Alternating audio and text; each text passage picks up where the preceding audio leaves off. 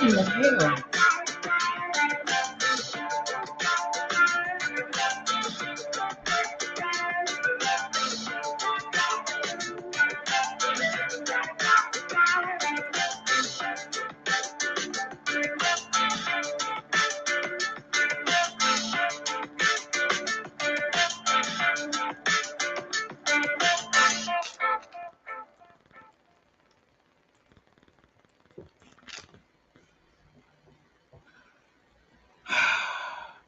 What's up, tribe? I'm on my way. I'm trying to figure out what this something wrong with this thing. What in the hell?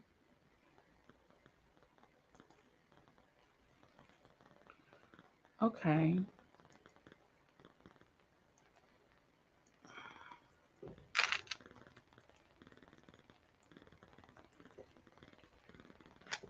What is wrong with this thing?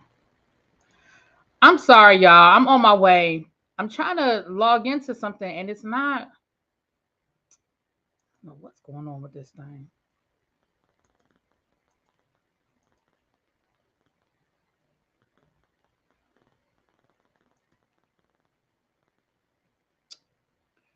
All right, I'm here. Sorry. I'm going to have to just figure that out later. What's up, everybody? Hey, you guys. Can y'all hear me? Can everybody hear me? I hope y'all can hear me. Put a one in the chat if you can hear me, please. So tonight on my channel, we will be talking Real Housewives of Potomac, season 7, episode 6. We will be in the house. Can y'all hear me, please? Somebody say something. Hold on, let me see.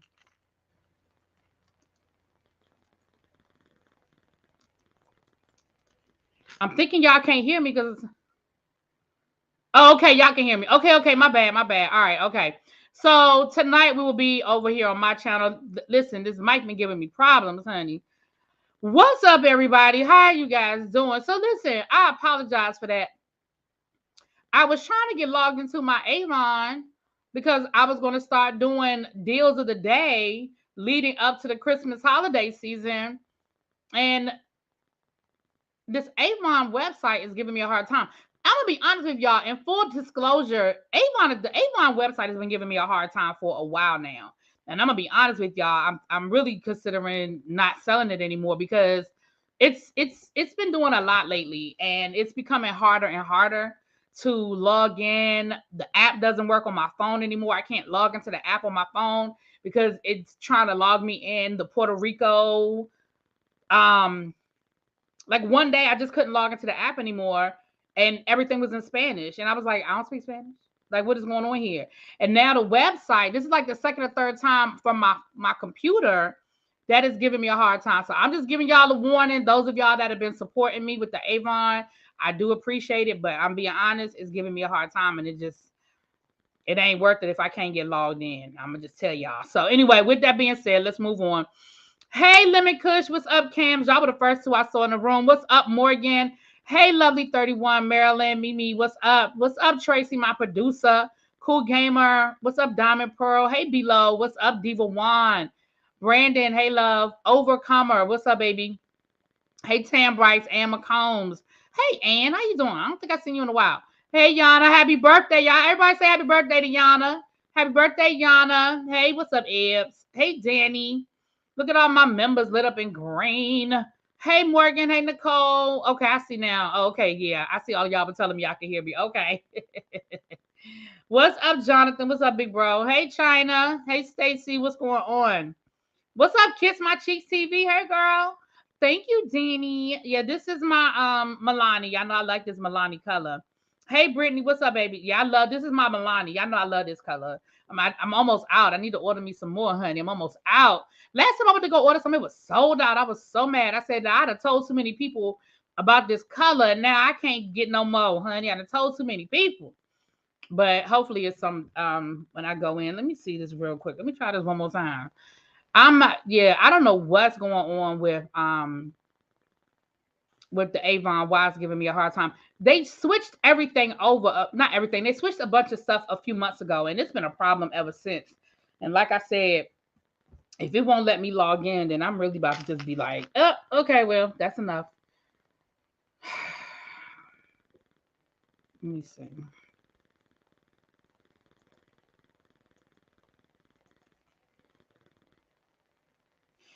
It won't even let me change my password. When I go in to reset my password, it won't even let me do that.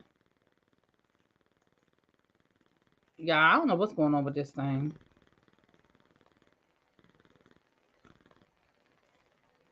Hmm. Let me try this. I don't think this is right, but let me try this.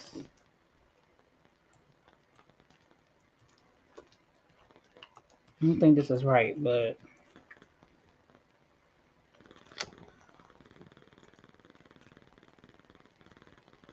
yeah, this is not working. I don't know. All right, I'm gonna have to just call customer service tomorrow and see what the problem is. And if I can't get no satisfaction, then I might just be shutting this whole thing down. Anyway, let's get to this. Let's get to the get to this. What's up, Harold? Hey, boo. Yeah, Avon won't let me be great. Like, what's up, DMV? Hey, boo. Yeah, it's really it's frustrating. Um, it's frustrating because like I said, I called myself I was gonna do like a deal of the day kind of situation, and it's not it won't let me log in at all. Anyway, moving on. Y'all don't care about all of that. Moving on.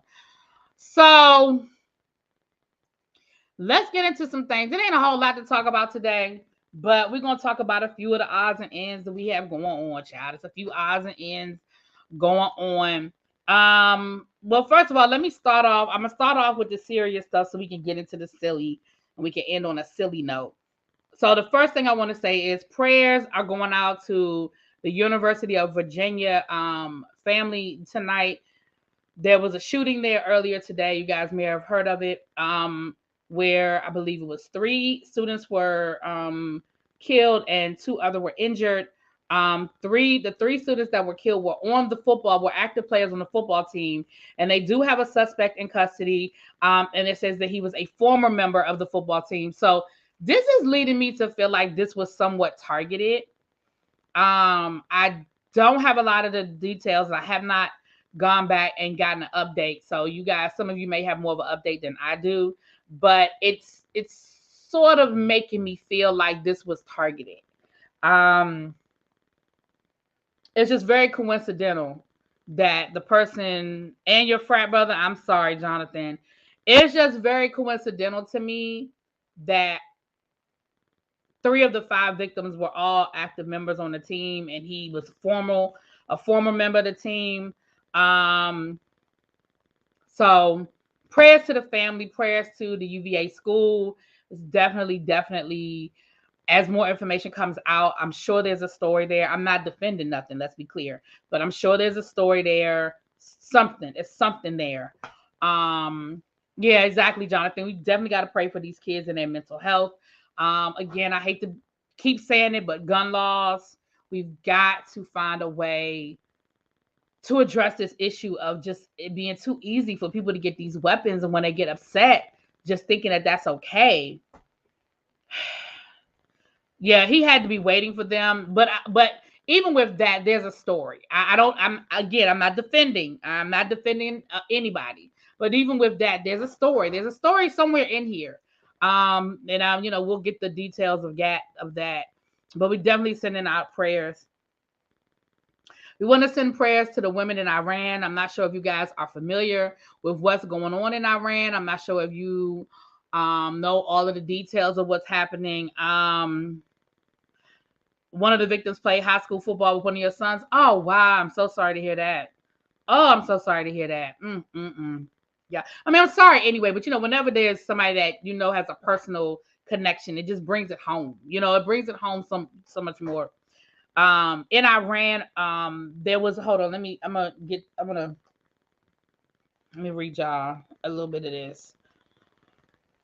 I haven't talked a lot about it. I've been following it. I told you guys I haven't been doing a lot of politics over here because I just, it was just a lot for a while. But I'm starting to dip my toe in a little bit more and doing more, following these stories and things like that. And I've been following what's going on in Iran, and it's really, really sad. I'm gonna just read you guys a little bit of the highlights of what's going on over there. An Iranian court has issued its first death. This video probably gonna get demonetized. I keep talking about death, child. Linked to recent protests, convicting an unarmed person, an enemy against God, and spreading corruption on earth, which has sparked outrage. According to CNN, this comes following weeks of nationwide demonstrations sparked by the death of a 22-year-old Masha Amani. In September, the morality police had detained the Kurdish Iranian woman for allegedly not wearing her hijab properly. And I don't know if you guys, hey, my flowers, how you doing, love? I don't know if you guys, if you're following this story, you may have seen the video of her father dancing at her funeral. And she was actually supposed to be getting married. What's up, Gina Bina? She was actually supposed to be getting married, and the video went viral of him dancing what the dance he would have done at her wedding at her funeral. And so that video went viral, and it actually sparked protests where a lot of women in Iran were taking their hijabs off and cutting their hair and burning their hair in protest to this. Iran's Revolutionary Court issued the sentence to the unarmed protester who allegedly set fire to a government building. The person was convicted of disturbing public order and peace, community, and colluding to commit a crime against national security, war, and corruption on earth, war through arson, and intentional destruction. In addition, 5 others who participated in the protest received sentences of 5 to 10 years in prison and will be convicted of collusion to commit a crime against national security and disturbing the public peace and order. Reports also added that these decisions are preliminary and can be appealed. The Washington Post also reported more than 15,000 Iranians have been arrested and several hundred killed in nearly 2 months of the protests. Y'all, we're just gonna have to keep them in prayer. Like I said, I've been following it.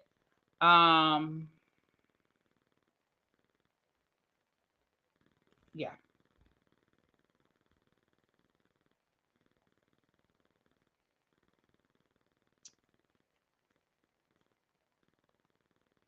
All right. Had to find your charger.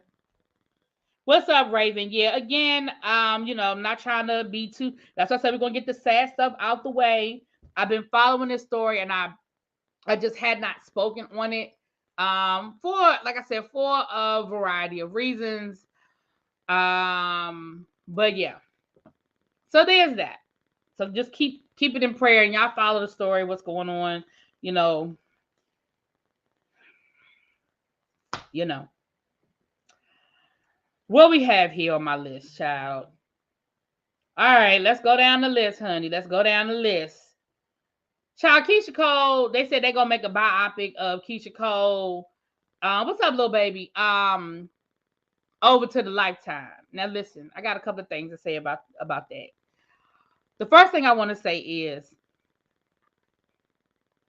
now Lifetime, you about 50-50, okay? Because in the beginning you was zero. Okay, you was zero, but then you made a couple of okay, decent biopics, right?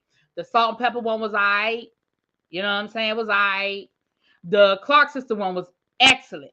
The Clark Sisters one was excellent. Okay. The Wendy Williams one was alright. It was skewed because of course Wendy Williams was an EP on it, so of course it's gonna be her version of what had happened. But I think she was pretty honest. I mean, it was based on her autobiography that she wrote. So y'all doing all right. But first of all, what has Keyshia Cole done to merit a biopic? Is she even 40 yet? Is she 50 yet? What? I mean, she made some albums. She impacted reality TV because, Neffy and Frankie, but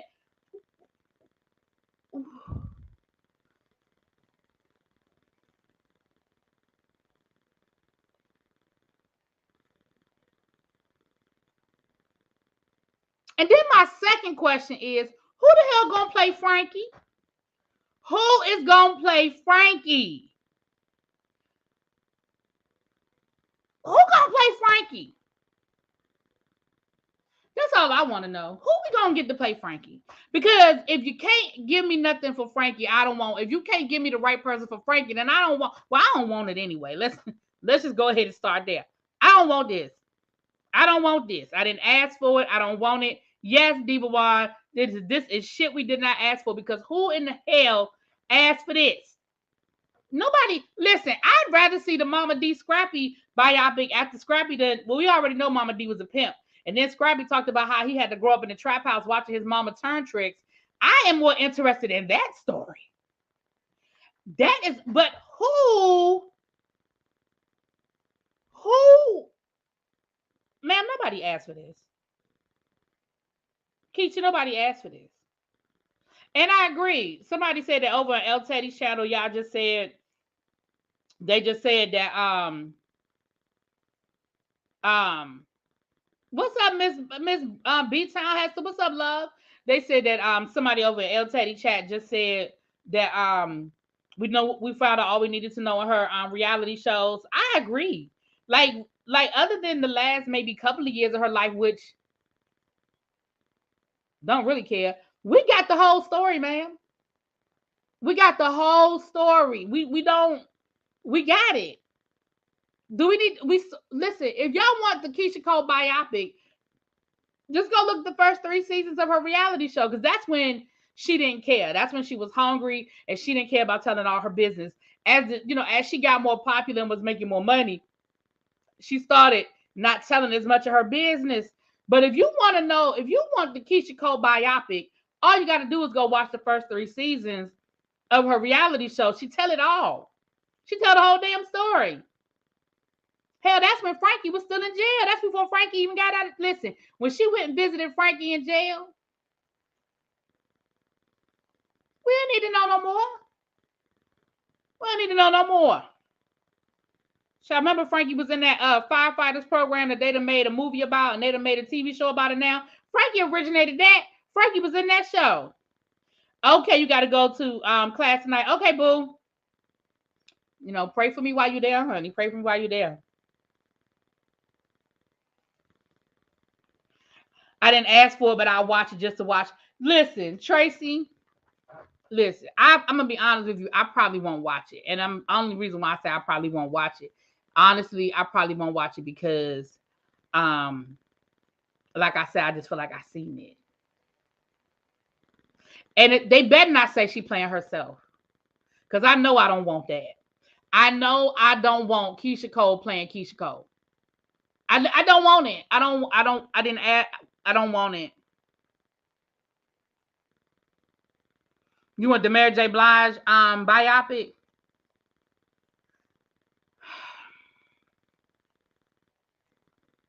I don't really think I want that story either. I feel like we got that one too. I feel like Mary J. Blige has been so transparent. I feel like we got that story too. Like, you was in abusive, you were molested as a child.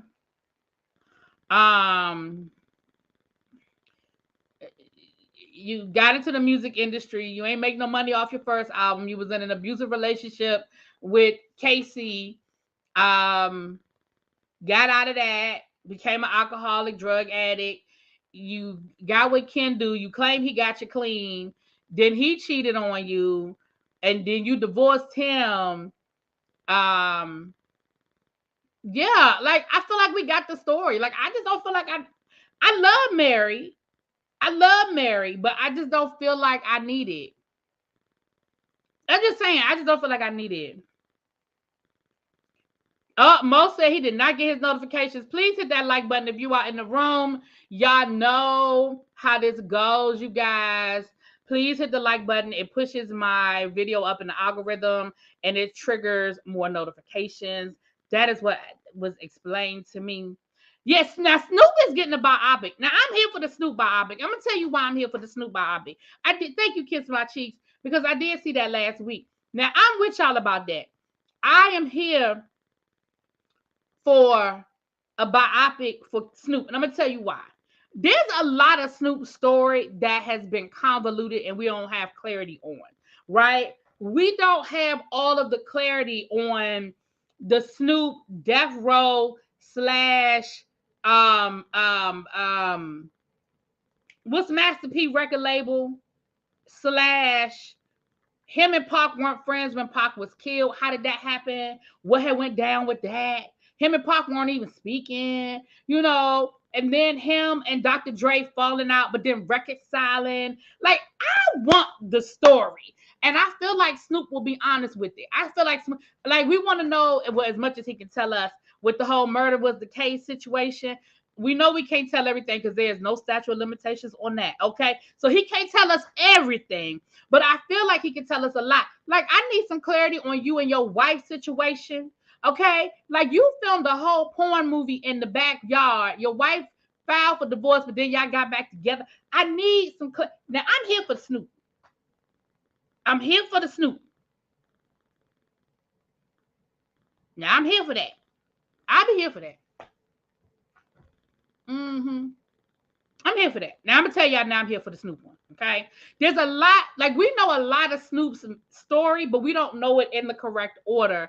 And there are a lot of backstories to what was going on with Snoop that we don't know. Like, when he told the story about him and Tupac not being on speaking terms, and he talked about the last time he took. I saw this interview with Angie Martinez, and he talked about the last time he saw Tupac. They were on a flight together. And Tupac had his bodyguard and Snoop had his bodyguard. And like, literally, they were at a point where they were literally like ready to off each other. Like, it was that bad between them. So I'm here for that. Now I'll be here for that.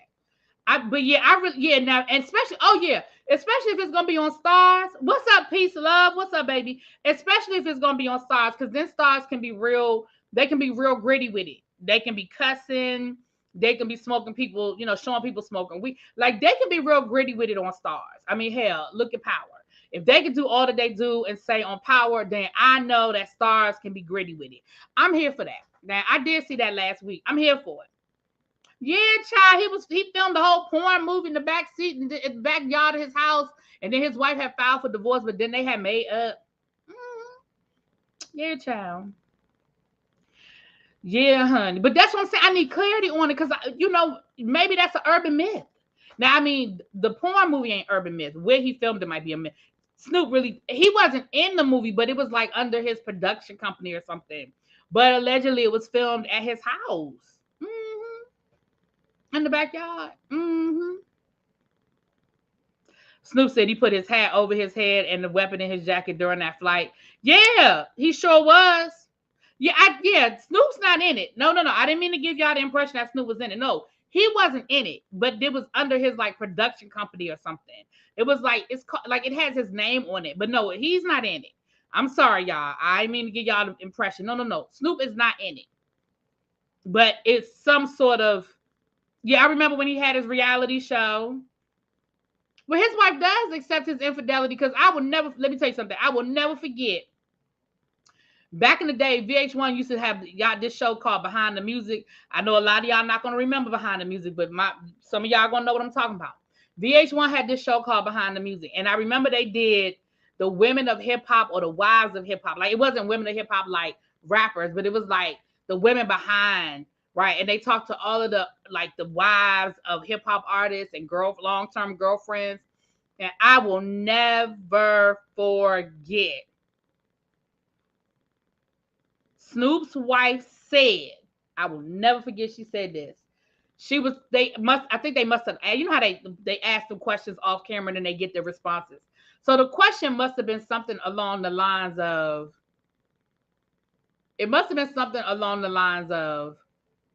what do you do about groupies, or how do you feel about groupies, or whatever? And I will never forget Snoop's wife's response was, he's mine. You may have had him once, but I got him all the time. Y'all know that song, he's mine. I may have had him once, but I will never forget. And I said to myself, oh, you a damn fool. Because even if that's true, ain't no way in hell I'd have sat there and said that. He's mine. You may have had him once, but I got him all the time. Girl, what?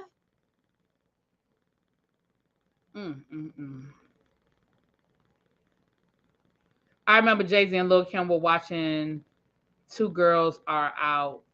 I don't know what you're talking about. Y'all talking about something in the chat. I must have missed it.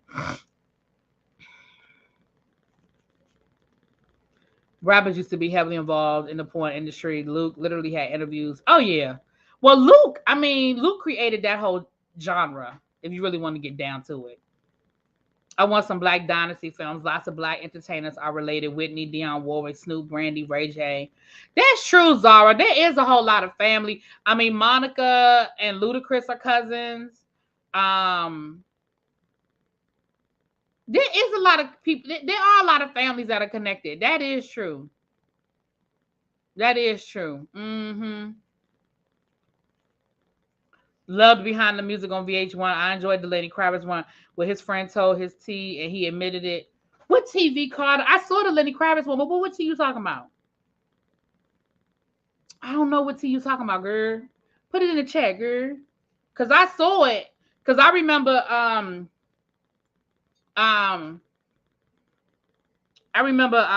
Lenny Kravitz one where he talked about, I remember Cree Summers was saying how she was friends with both of them. And she was like, but when your sister and your brother get into an argument and you got to choose sides, she said, I'm going to always choose my sister. And so she was talking about how her relationship with Lenny Kravitz was after him and Lisa Bonet got divorced. Of course, he admitted that it was infidelity. Is that what you're talking about? The fact that he admitted that he cheated on Lisa Bonet, that it was infidelity.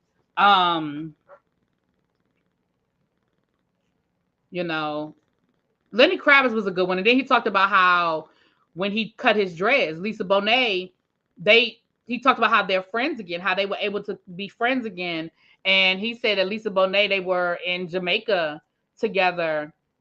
And he said she just came up to him one day and told him, it's time to cut these. There's too much energy in these. It's too much bad juju. He was going through a bad time. Something was happening. He was going through some stuff. And she told him, it's too much juju, too much bad energy in your dreads. It's time to cut them. And she actually was the one that cut his dreads off. I remember that. His was a good one. His was a really, really good one. Johnny Taylor. Girl, Johnny Taylor. Okay, girl. Between the child. Unsung was good too. I love Unsung. I think Unsung. Now, I'm going to tell you what I don't like about Unsung. And I feel like it's the same thing with Behind the Music. With a lot of shows like this, they start off in one place, but they end up in a totally different place because you sort of run out of stories to tell, right? So Unsung started off as like, one-hit wonders or people that you were like, why wasn't their career ever bigger than it was? And you find out what was really going on behind the scenes, what was happening in the industry, how they got taken advantage of. But then, it's at a point now where they're just doing it on anybody. Any Black artist getting unsung. And everybody isn't unsung. That's my opinion. Everybody ain't unsung. I didn't know that Lenny Kravitz dated Adriana Lima when she first started modeling for Victoria's Secrets at 19, 20 years old. He would be in the front row of the fashion shows. Ciao.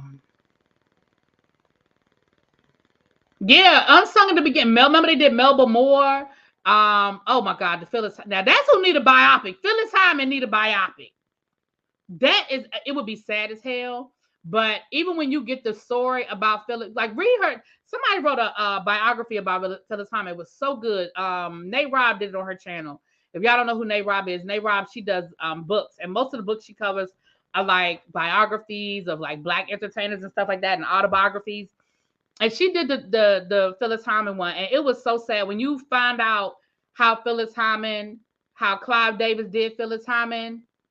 Phyllis Hyman was supposed to be what Whitney Houston became.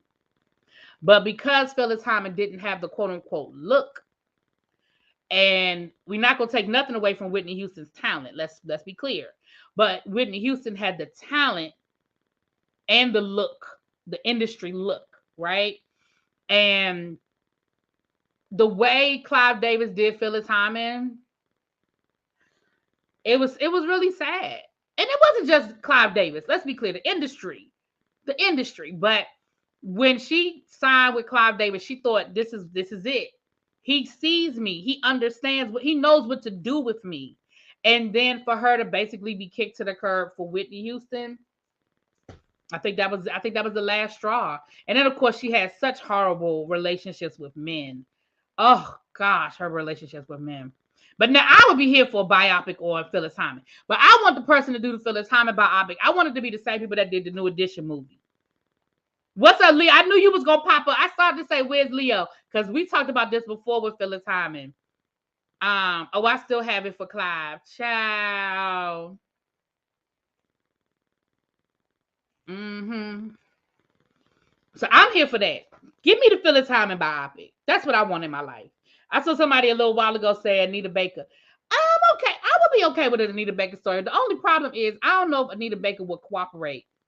I don't know if Anita's always been so. I don't know if she will cooperate with a story. Okay, Lil Baby is stuck on Johnny Taylor, y'all. Please give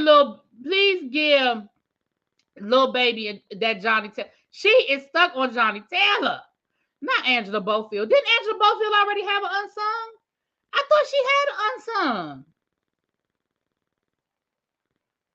I could have sworn Angela Bofield had an unsung. Am I wrong? I guess I'm wrong if y'all saying she should get one.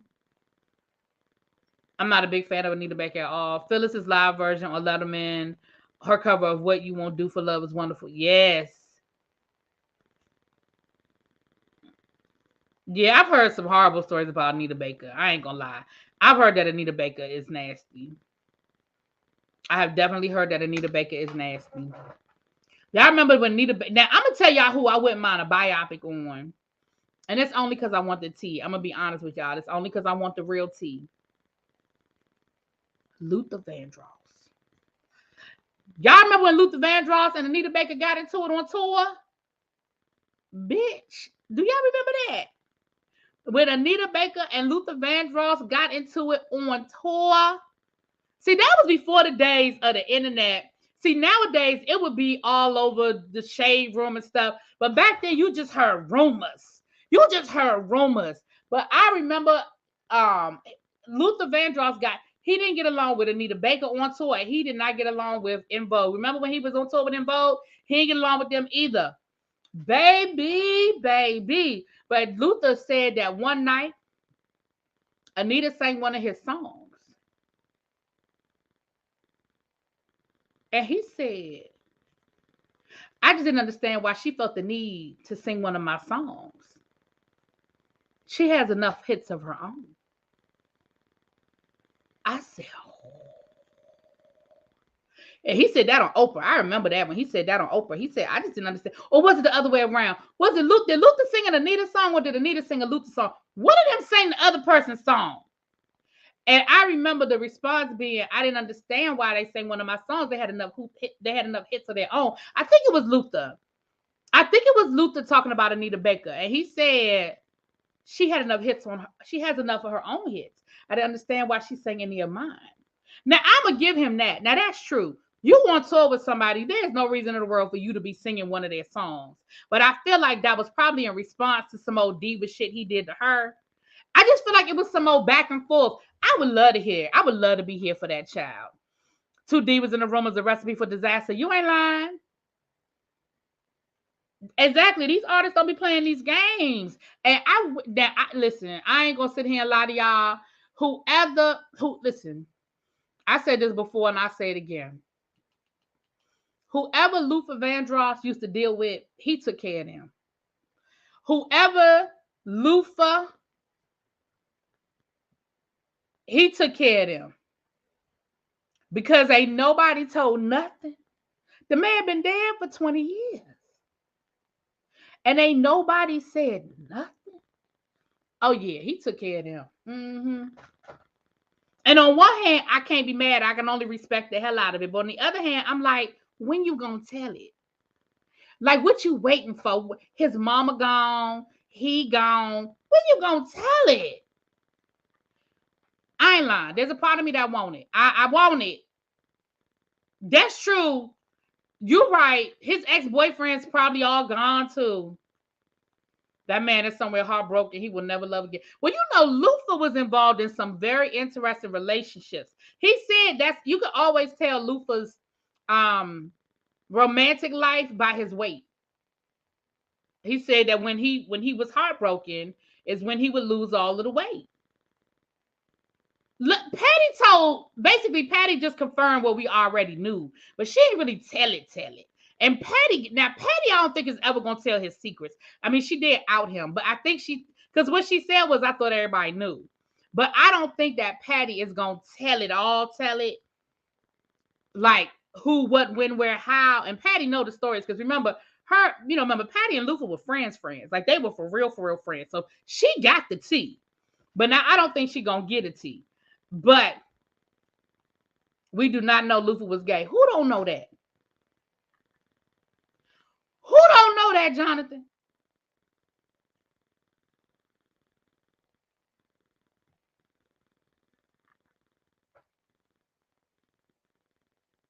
Who don't know? I would be here for a Diane Carroll biopic. I want an Eartha Kitt biopic. And now I think that Eartha Kitt would tell, I mean, even though she's not here, but I think her family would be okay with her story being told. Her daughter is on TikTok and her daughter tells stories about her mom all the time. And I think her family would be okay. I think her family would be okay with the story being told. Um, and I would be here for an Eartha Kitt biopic. Hmm. We just need to ask Quincy. Yeah, Quincy will tell it. Quincy tell everybody business. Yours, mine, his, hers. Yeah, you right. You right. Quincy Jones will tell it. Roberta Flack definitely had Lufa's tea. Definitely had Lufa's tea. Yeah, that's what I said that. Yeah, I'm saying that Mo Media. Nate Robb. If y'all are, she reads a lot of those biographies. And let me tell you something. I love biographies. Um, I love biographies and I love autobiographies and I read them all the time. And Nate Robb does a good job of breaking that stuff down, child. Eartha Kitt's daughter was on Tamara Hall. Yeah, she was. Yeah, she was. Quincy Jones definitely knows the way he threw Marlon Brando on Richard Pryor. Child, listen, Quincy say, who gonna check me? I'm rich and I'm 90. What you gonna do? And these people dead. Like, what y'all gonna do? A real Supreme biopic with let me tell y'all something. If somebody could buy the rights, I'm sure somebody has bought the rights, and actually make the real Supreme story, baby. Mm-mm-mm-mm. They haven't done a Sammy Davis biopic. These other folks don't stand a chance. I really grew to love Mary Wilson after hearing her biography. I fell in love with Florence Ballard. I really fell for Florence Ballard after I read Mary Wilson's. I don't care about Mary Wilson. After I read Mary Wilson's book, it was Florence Ballard, who I when I say I love Florence Ballard, and that is the story that needs to be told.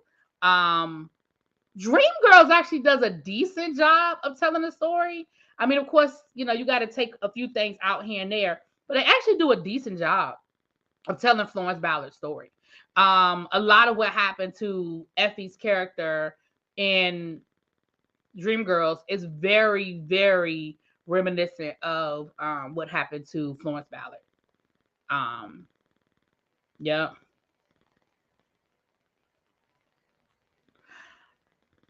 Mary Wilson was giving pushover, and I'm getting this check. Mary Wilson was giving, I saw what y'all did to Florence, and I ain't trying to go that route.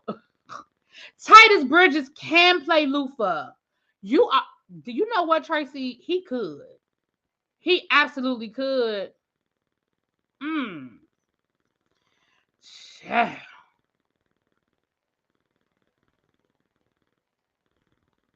Everybody from Motown from that time would have to be gone for that to happen. Listen, Diana was selling it, child, messing with some of everyone. She sure was. Listen. Diana Ross said, I have plans and I'm getting the hell out the ghetto. However, by hook or by crook, I'm getting up out of here. Okay. Mary Wilson was busy being Tom Jones. Ooh, her name Magic because that's how she got here. Ooh, y'all are. Ooh, Lord. Okay. Moving on, because we can do this all day. See, y'all done got me stuck. I didn't think the Keyshia Cole biopic would be a big thing. We done got stuck. We all the way in the 1960s now. Come on, let's come forward. Come on. Let's come on. Well, since we talking about delusional artists, 21 Savage, listen, let me tell you something.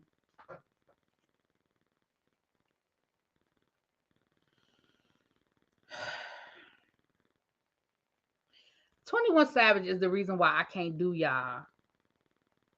21 Savage is the reason why I can't do y'all 20-year-olds. I can't. I cannot. I cannot. Y'all, the level of disrespect that y'all have for the people who came before y'all, it is so ridiculous to me.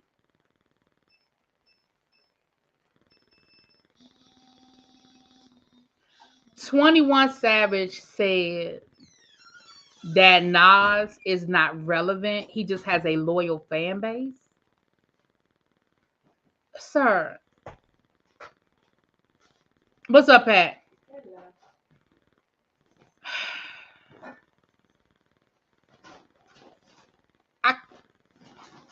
Sir, what?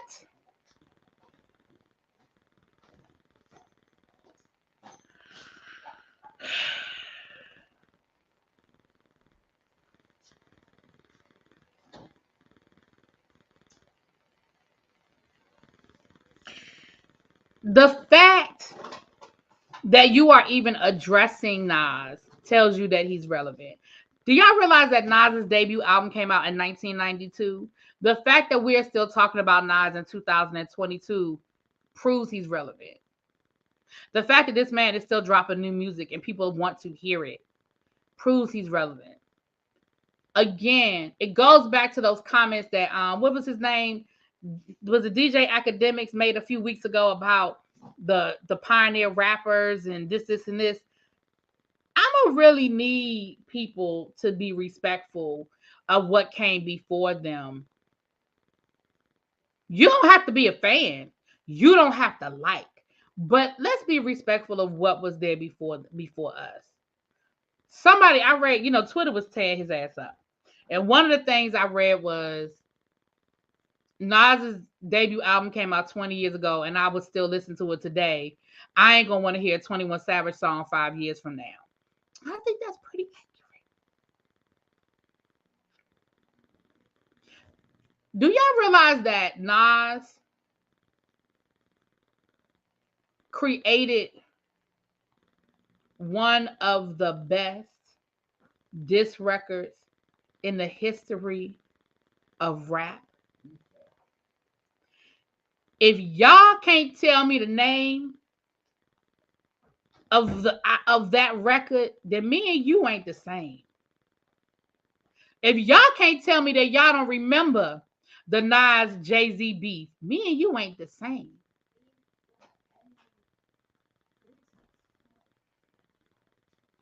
I still don't. Well, I don't know a 21 Savage song, but again, I don't listen to that kind of music. You know what I'm saying?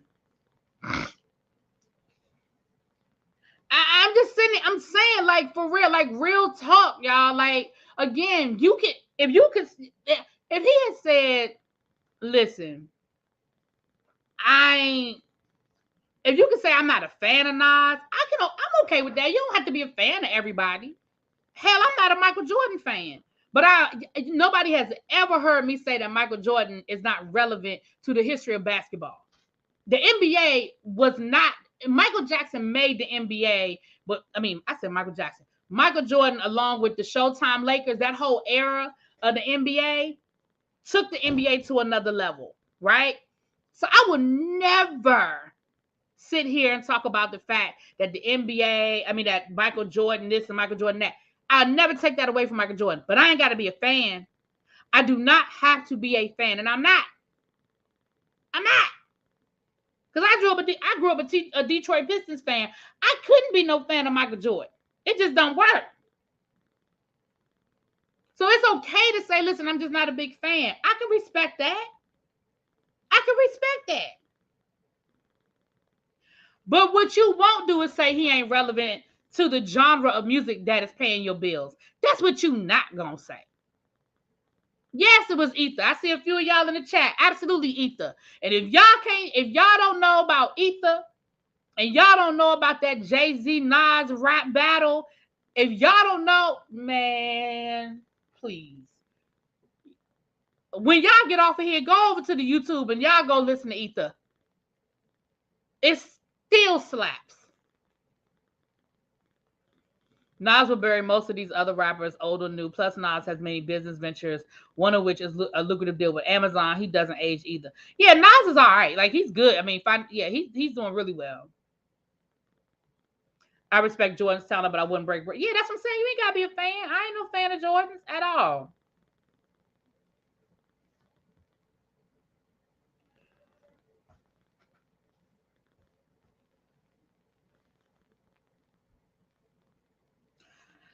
I don't even know. Listen, y'all know I don't know 21 Savage. I get him mixed up with the other people all the time. Y'all know I don't know all these people.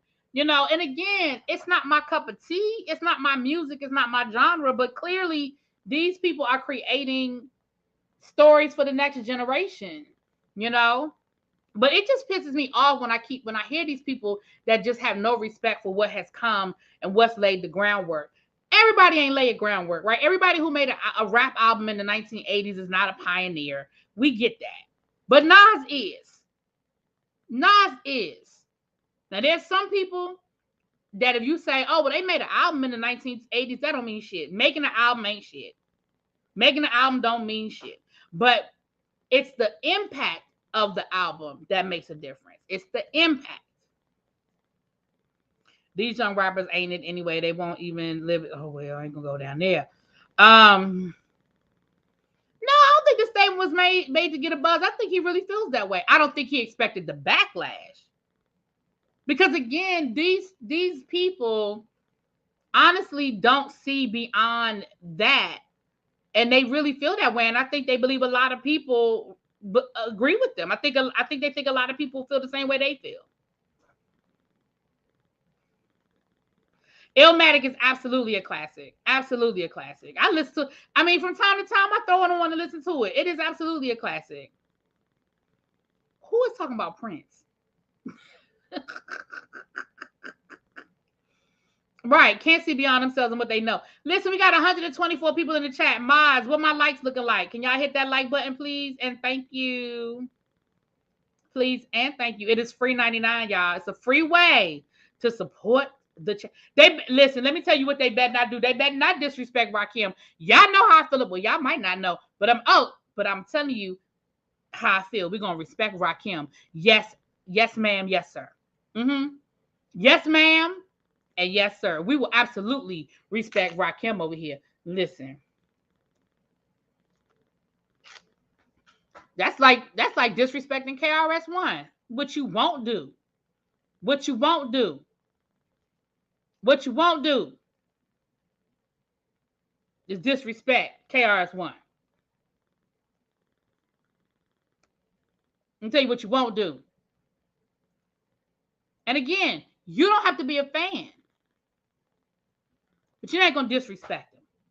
Rakim is the GOAT. Oh, we got 83 likes. All right, let's see if we can get to 100. Let's see if we can get to 100. And y'all know how I feel about Chuck D. Now, y'all know that Chuck D my baby daddy.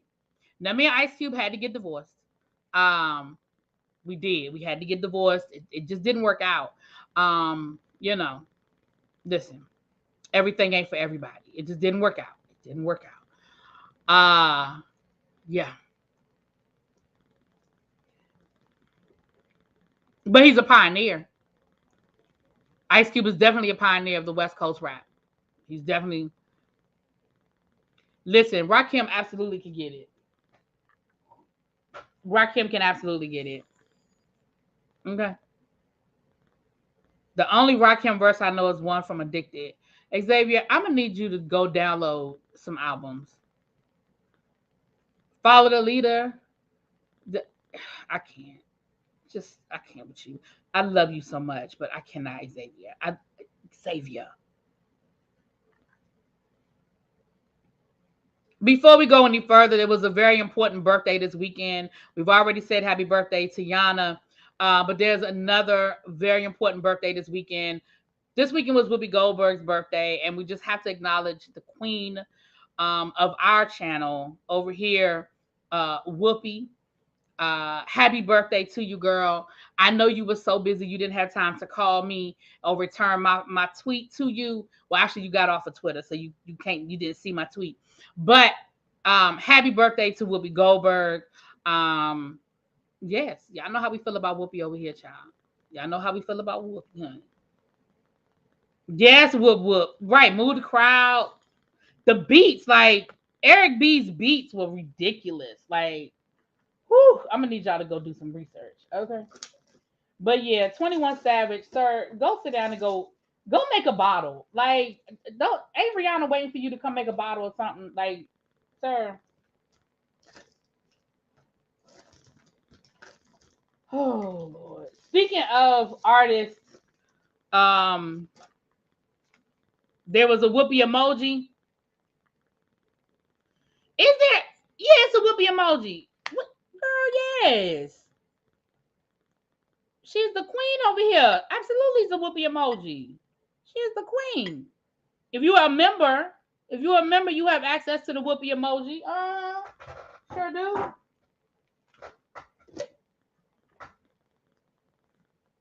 Yeah, I've seen Rakim live a ridiculous amount of times as well. Because that's, Oh, that ain't 21 Savage. That's ASAP Rocky. See, I don't even know these people apart. I don't know these people apart. My bad. It's not the same. Keep it cute, said child. It is not the same person. See, I don't even know. See, sorry. My bad. Well, then I know I really don't have nothing for him because I was giving him a little bit because I thought Rihanna liked him. I said, well, if Rihanna liked him, I'm going to give him a little bit. But if it ain't even the same person, then I know I don't have no use for you, sir. Bye. Good day. Good day, sir. And we're done. Not you calling her government name, Leo. Not Leo calling her by her government. Okay. All right. So, speaking of overhyped artists, Glorilla will be performing at the AMAs. I mean, I just thought maybe y'all cared. And don't get me wrong, I ain't got no beef with Glorilla, but until Glorilla knows that foxes are real, I just can't. I can't.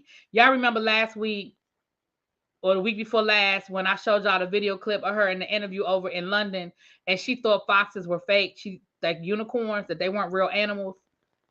And she sat there and Googled it during the interview and was like, they red. I can't with her. I can't. I cannot.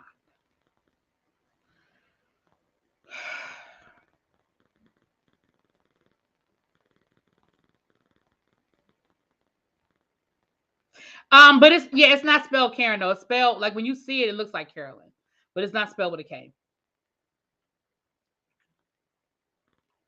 So until Glorilla know that foxes are real,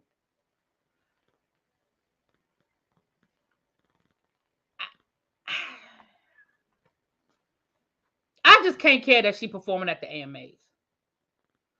Ain't she from Detroit? Where's that girl from? Where's Glorilla from? I thought she's from Detroit. I think y'all told me she was from Florida. Where's Glorilla from, y'all?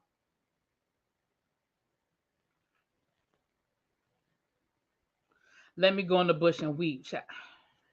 Where that girl from? I thought she's from Detroit, but y'all told me she wasn't from Detroit. She from somewhere else. She from somewhere down south. She from Memphis. Memphis school system. I just need y'all to do better. And I shouldn't even say that because as a teacher, I know it ain't always the school system, child. I know it ain't always the school system. El Teddy, sir. No, sir. No, sir. No, sir. No, sir. You better make that El Teddy if you want to hang out with El Teddy. She from the South and she's never seen. She's probably seen a fox and thought it was a dog, child. She probably tried to pet it. She damn fox. Wakanda Forever. Wakanda Forever is the number one movie. It grossed like 330 million domestically.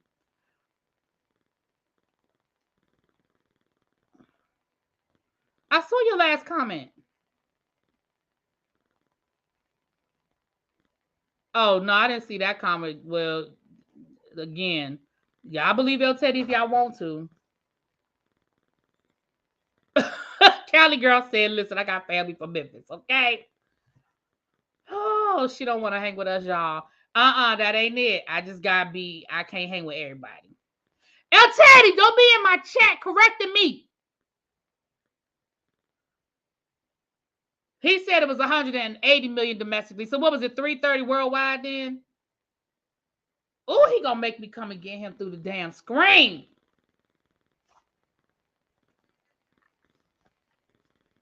Ask him for all that. It don't take much to make people famous these days. Okay. It was 300 million worldwide, 180 domestically.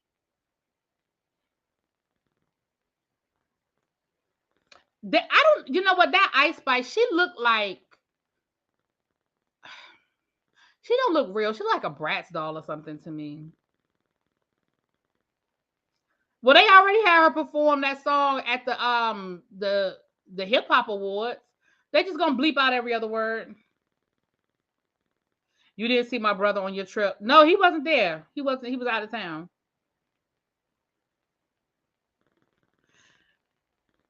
How we get to Angela Bassett? Xavier, that was random.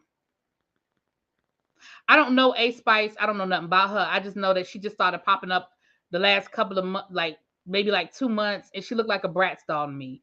I don't know her. I don't know nothing about her. I don't know what she rap. I don't know.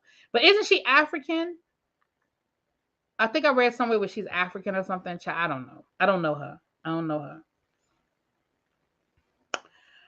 All right.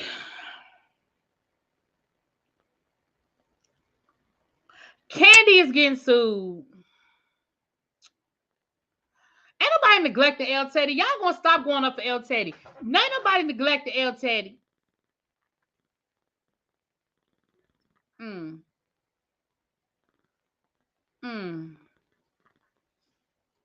Oh, that was a joke. Okay, so she not. See, I don't know nothing about her. I don't know her.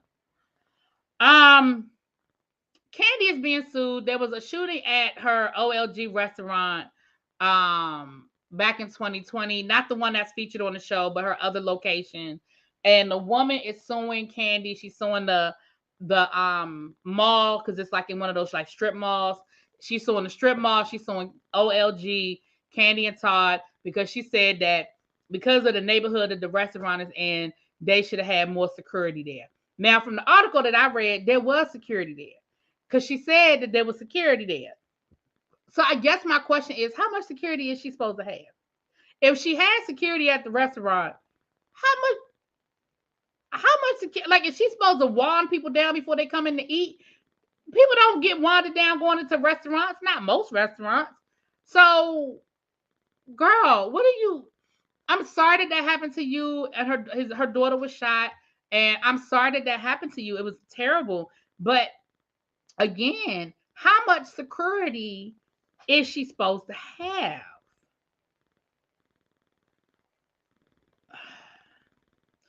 Jonathan, you just hate Kandi. You hate Kandi. You hate Kandi. Kandi just supposed to just go around giving out money. No, that ain't what Nene would have done. I bet you if somebody get hurt down at the Lenithia Lounge, she ain't gonna get nobody no money. Moving on. I ain't nobody fooling with Jonathan. That, and I said that I did a quick drop last night, and I actually said that last night. This happened up here. There was a mall up here, the Boulevard, when they tore um um shit. The Cap Center. When they tore down the Cap Center, they built like a mall, and it was a real popular mall for a while. It was real popular. They had a chicken and waffles, Gladys Knight chicken and waffles, and LeVar Arrington, who's a former NFL player, he played for the Washington. It was then Redskins, now Commanders. He opened up a restaurant there, and there was an incident. There was a shooting in the parking lot of the restaurant. And yeah, the boulevard is gone now, child. But for a while, it was a real popular little spot when they first built it. But then people got greedy. That's a whole nother conversation. Magic Johnson had a movie theater over there. Like, it was a nice little area for a minute. Black excellence everywhere, child. But there was a shooting, and again, this was years ago, so I do not remember all of the details. But there was a shooting over there in the parking lot. And LeVar, the incident, it either started inside of his restaurant or it happened over by his restaurant. And as a result, he was sued. His restaurant was closed down. And it was a whole situation over there. And so I do know that this happens where people, especially if you have a name attached to you, right? So I do know that it happens. And what'll probably happen is Kandi will probably just settle. She'll probably just settle out of court. Child, you know that place closed, Leo. You know good and damn well that place ain't still open. Bar Chicks. Child, that thing probably wasn't even open when it was open, if you know what I'm saying. That thing was open while they were filming. Damn Bar Chicks. You know what nobody there, child. Yeah, you know good and damn well what nobody there, child.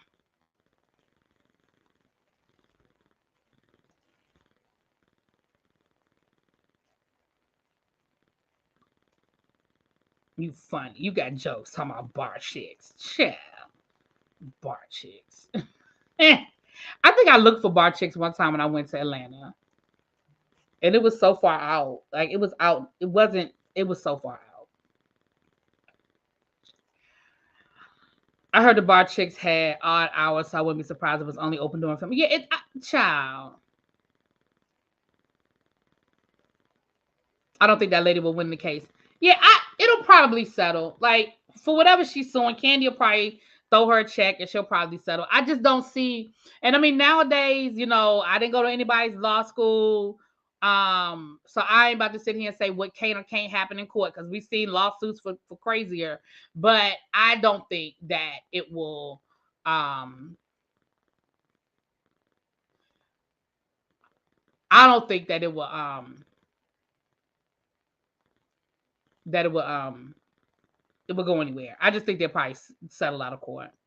What replaced the boulevard? Actually, the hospital, Prince George's County, I think it's the PG County Hospital, bought up that space and they're expanding the hospital over there.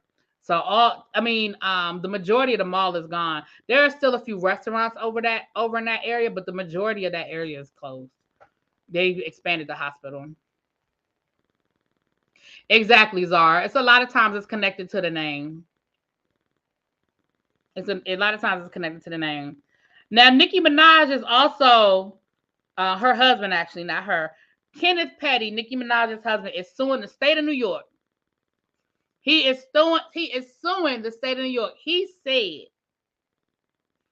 that the state of New York wrongfully put him on the offenders list, and that he ain't supposed to be on that list. And last year he almost had to go to jail and got his parole violated because he did not register out there in California. Again, I didn't go to nobody's law school. I ain't nobody's attorney. But it seems to me you have been out of jail for a minute. He has been out of jail for a minute. And he has always registered. From the minute he got out of jail, he registered. Every time he moved, he registered. He didn't have no problem staying registered on this list until he moved his happy tail to California. And I just have to question what you're talking about, sir. What are you talking about, sir? Now all of a sudden New York tricked you. Now all of a sudden they're wrongfully using a law to make you register. Why you ain't complained before now? Why you ain't filed no lawsuits before now? You suing the whole state of New York. Again, I didn't go to nobody's law school, but I have to ask myself, but you registered. You registered every time. From the minute you got out of jail until now, and it was never a problem until you got married and moved to California. I just feel like after he went to Carnival with Nicki and then they came back, they've been in the news for something or another, child. He probably smoking the same thing Nosy Ho said. Oh, Lord. In California, they look it up and apply it a lot. But my thing is, it'd be different if he never did it. And California was like, oh, well, but you've been doing it. You have been registering. You have been doing it. So now all of a sudden, California's doing something wrong. You've been doing it, bro.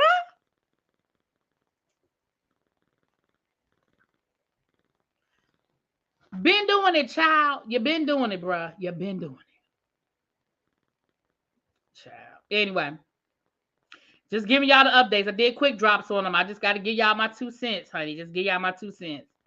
Nicki is doing everything she can to get off this list in California. Megan's law requires offenders' home address be published on the site. She wants her address hidden. Well, I can understand. Now that I can understand. I could definitely understand her not wanting her address published. But listen, you married that man. You knew he was a convicted felon, and you knew what he had been convicted of. And don't listen. I mean, I don't know what to tell you, Nicki. I don't know what to tell you.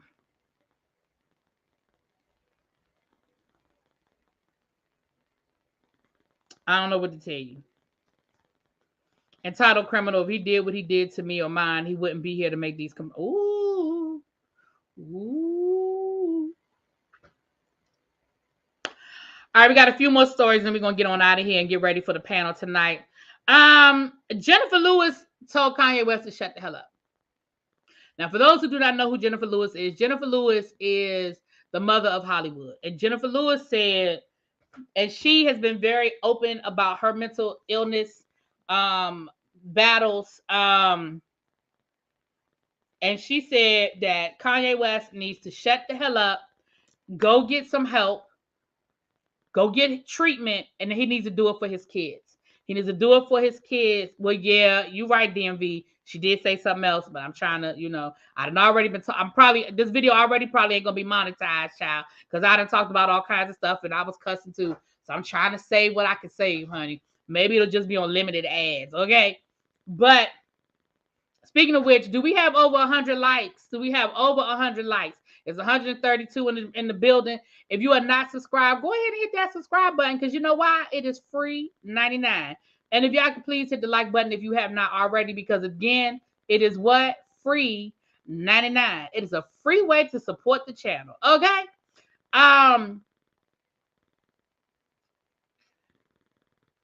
She said that, like I said, she's been very open about her battle with mental health.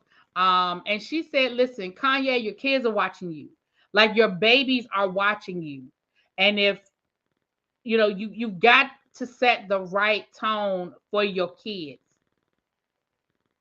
And she also said that we're going to stop using his bipolar as an excuse for his bad behavior. And she was like, and this coming from somebody that deals with mental health. But we got to stop using his bipolar as bad behavior.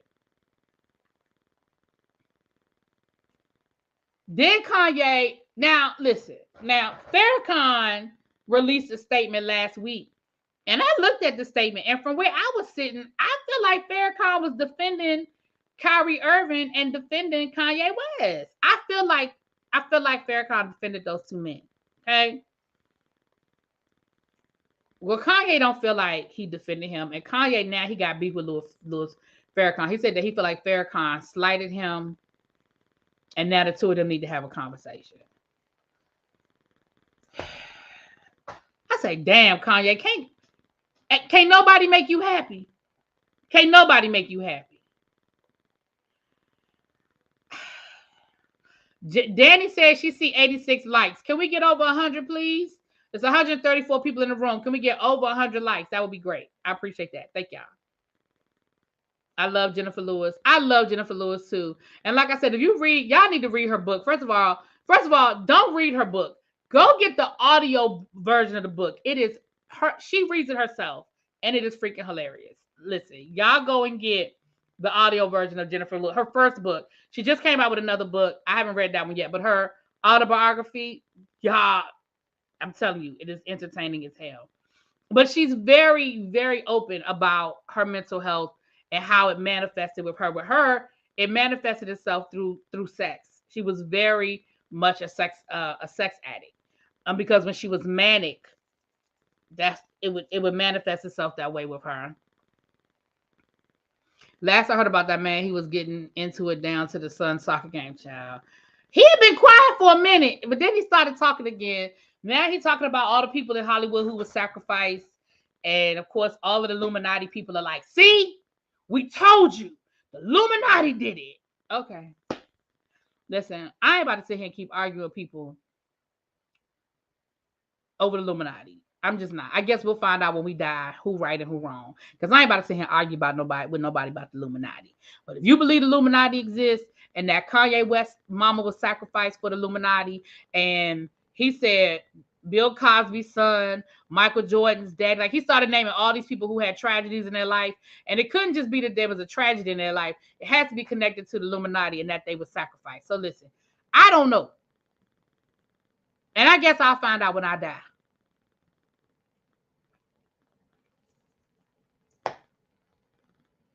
Right. There you go, little baby. I ain't arguing with crazy over crazy. I just ain't gonna argue with crazy over crazy. But I was here for Jennifer when she told him go shut the F up and go sit down somewhere. I was here for it. Because that's how I feel at this point.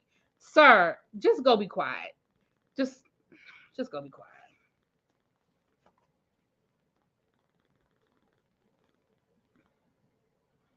Child. Odell Beckham is suing Nike. Now, I just read this before I came on live. Both of them? Okay, I got to get the second one, Tracy. Odell Beckham is suing Nike. Now, this is what his argument is. His argument is that he signed his first deal with Nike. Hey, KK, what's up, baby? And it was very lucrative.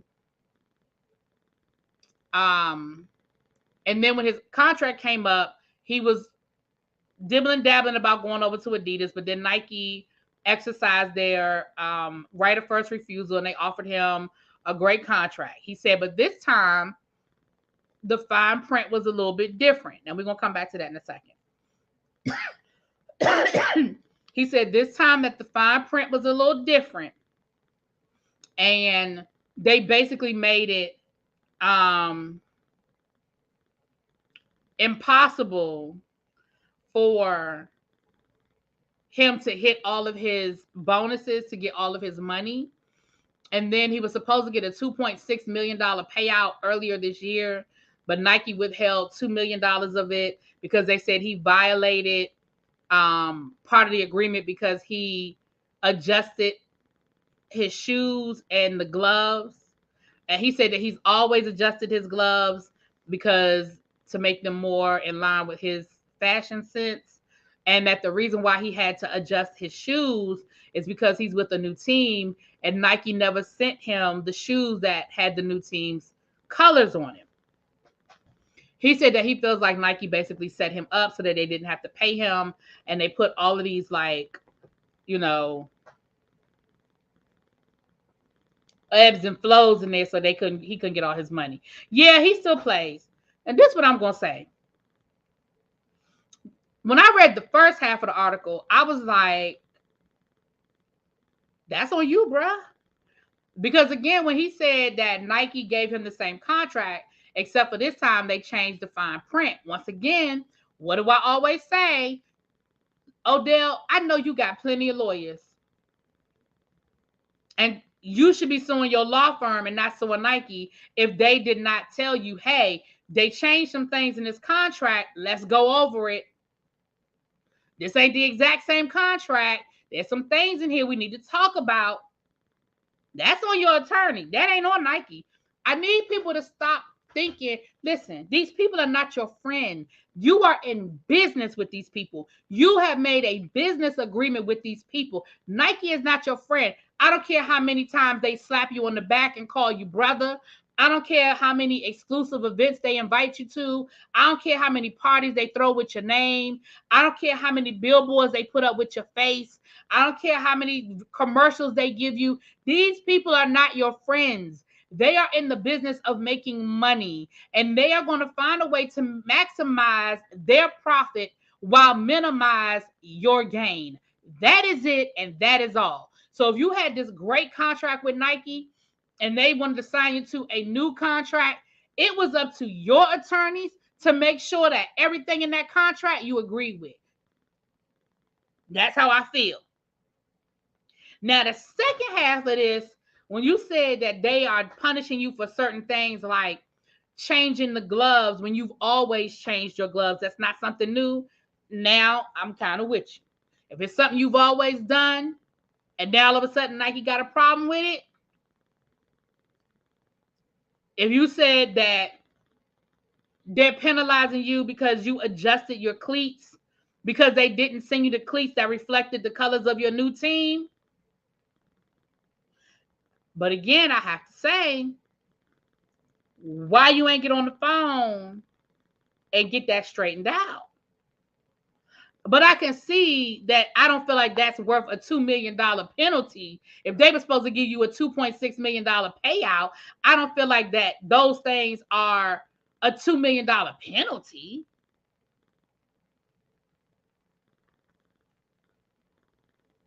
But I could definitely see where your frustration is valid as it relates to Nike. At least when it comes to that part of it. The penalties and all of that, that's some bullshit. So anyway, he's filed a lawsuit against Nike. So we're gonna see where that gets us, child. Leo, did you get my message I sent you yesterday? I remember typing out the message, but y'all know I'm easily distracted. So let me see if I actually sent it, child. Because I'm easily distracted. Oh, wait a minute. Hold on. What did I just see?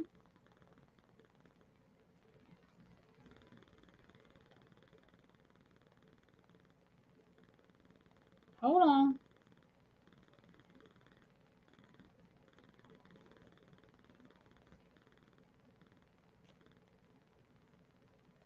I'm sorry, y'all. I just saw something. I just saw a new Fenty product. I got excited. Hold on. Let me go back to what I was doing. El Teddy, you just posted. Anyway, praying that my baby daddy wins this case. You know what? It's not so much that I don't play about contracts. I just get tired of people being lazy. I'm sorry. I just get tired of people being lazy. And what I mean by that is, listen, we've all made mistakes. We've all made some bad decisions, business wise, all of the above. Like we've all done it. Leo, I don't think I ever sent the damn message. I typed it, but I must not have sent it because I don't see it in here.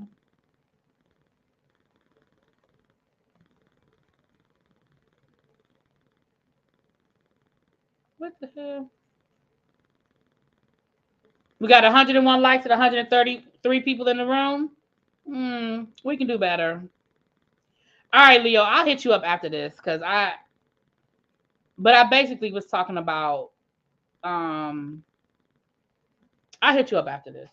But I thought I sent you a message, but if I didn't, I'll send it after this. My only frustration though is this. Here's my frustration. It may not be a new product. I just saw Fenty and it said something. I got to go back to that too. Y'all, listen, y'all know I got ADHD. I'm easily distracted. I'll put that down. I'll come back later. But let me say this. They tell us, regular people, all the time that ignorance of the law is no defense, right? Ignorance of the law is no defense. So I feel the same way when I hear these rich ass people complain about contracts. And I'm like, but you have, like, when Odell Beckham re-signed his contract with Nike, he was a multi-millionaire. NBA star. I mean, NFL star. Super Bowl I don't know if he had won the Super Bowl yet, but he was on a Super Bowl contender. I'm sorry. I can't have a lot of sympathy that now you mad that you didn't get your payday from Nike like you thought you was going to get. And you mad at Nike instead of mad at the people who told you to sign that damn contract. Because I promise you, he paid people a whole lot of money to look over this stuff, to sign. Now, again, if he were fresh out of college and they threw that contract in front of him and he was a rich kid a poor kid from the projects and he was just trying to get paid, listen, then I'd be like, that's messed up. He was young and dumb and made some bad decisions. But, sir, you were already a multimillionaire. You already had multiple endorsements. This was not new. This was not new. Odell Beckham has had more endorsements.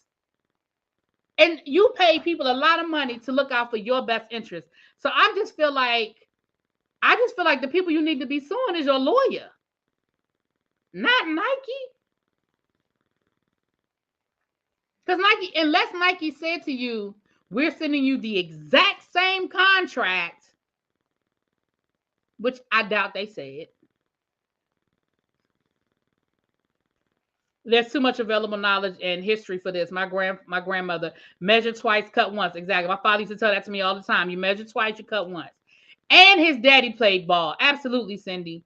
And his daddy played ball. So again, you're not new to this. So that's just my frustration with it. Like I said, I'm not saying that makes it okay for people to get taken advantage of and all of that. But all I'm saying is we're not going to sit here and act like this is new. We're not going to sit here and act like that you didn't have the resources. Again, there are people who didn't have those resources who got taken advantage of. And but listen, sir.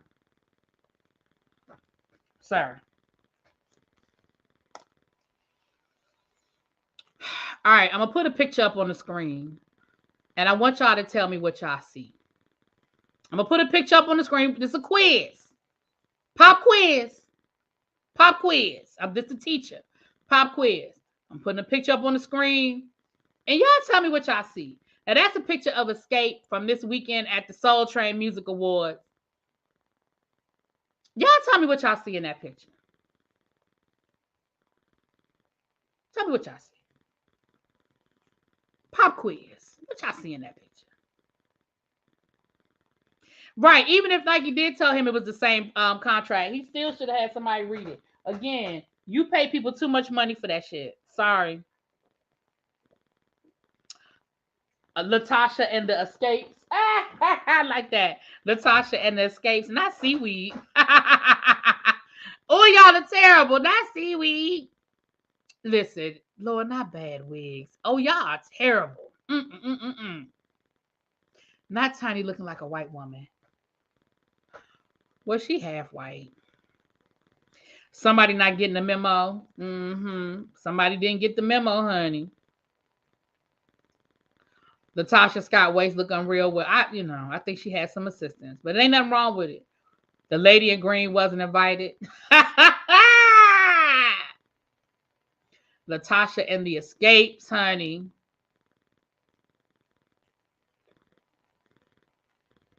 Child, listen, why she in a different outfit?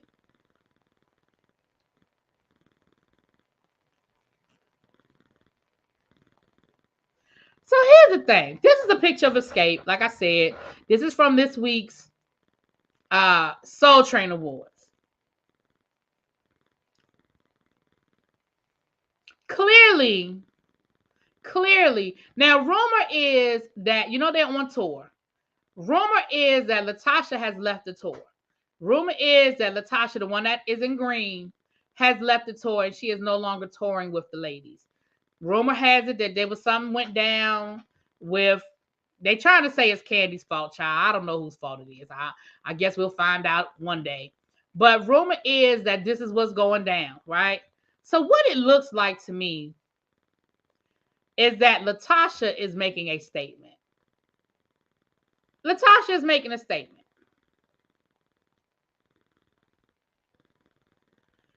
Latasha is making a statement because she knew what the color scheme was. She knew what they was wearing. She knew. Hold on, Harold. Let me go down to Kandi's IG. Harold said that Kandi was up onto the IG getting her together. So hold on. Let me go see what they talking about. Let me see if Kandi still got it on her IG, honey.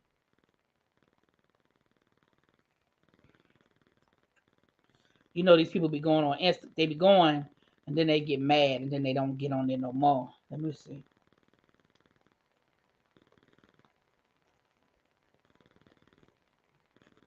Let's see what Kandi was talking about.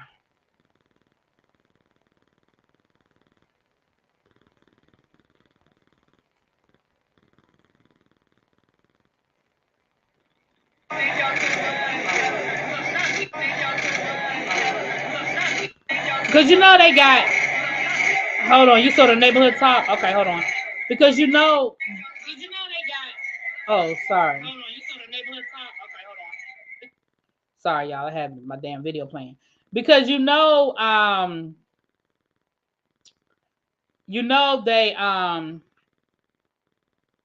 got the Lady of Soul Awards. So I guess she decided that she was gonna go to it. So hold on, let me see this.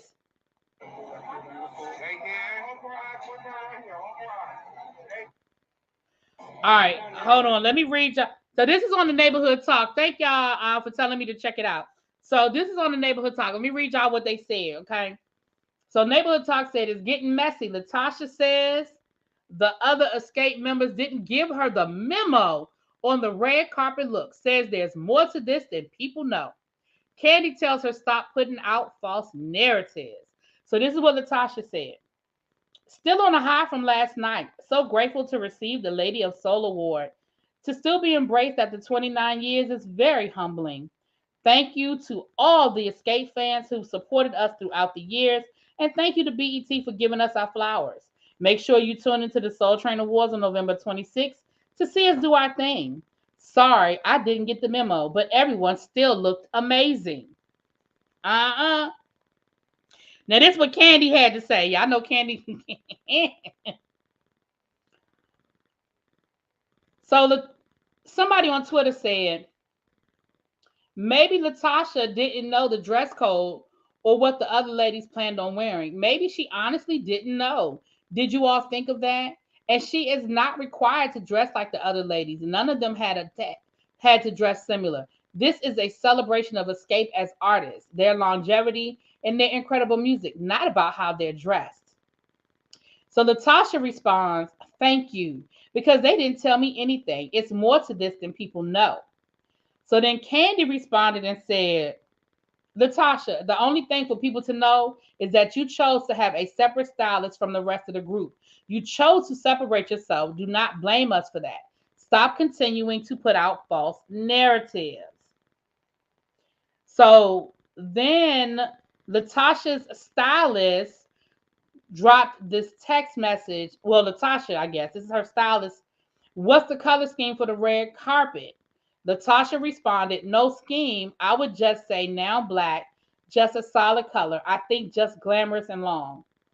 I was thinking cohesive picture, but gotcha. It would be a gown of some sort. So I guess that's Latasha's receipts proving that she did not know what the color scheme was. But girl, how you go from wearing black? How you go from wearing black to wearing green seaweed though? How you do that? What's Scotty saying in the chat? Hold on, what Scotty done came in here talking about?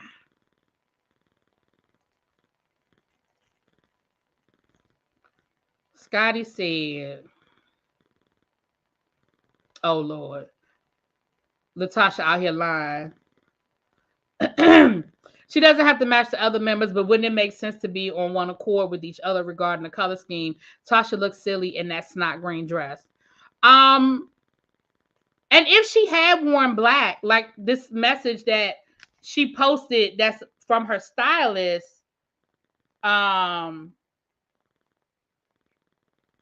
they probably could have worked with the black. You know what I'm saying? They could have worked with black because black they would have been able to blend in better.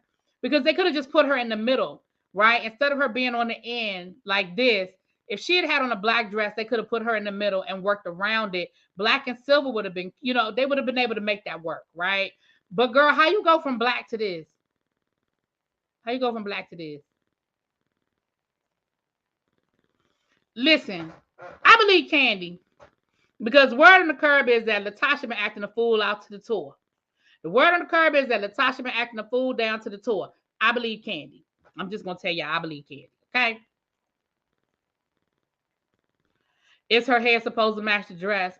She she knew the scheme. She wore a silver belt and her clutch had silver accents.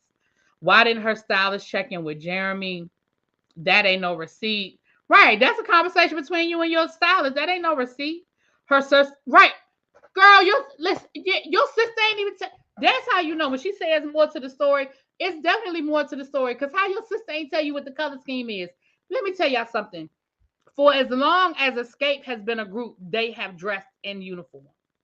Not uniform like the Temptations uniform, but they've always dressed in color schemes.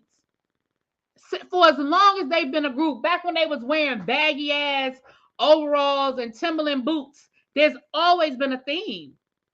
There's always been a theme. You're not gonna sit here and tell me on the biggest night, well, one of the biggest nights of y'all's careers, you ain't think it was a color scheme.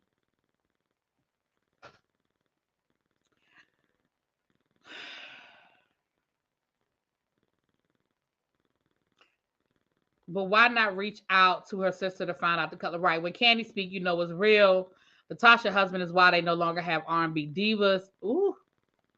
I'm still chucking at the flute. I'm not doing this with y'all. She seems exhausting. Even though I hate to admit it, I'm starting to think Kandi was right about Latasha is cutting you, especially if she's not talking to her sister.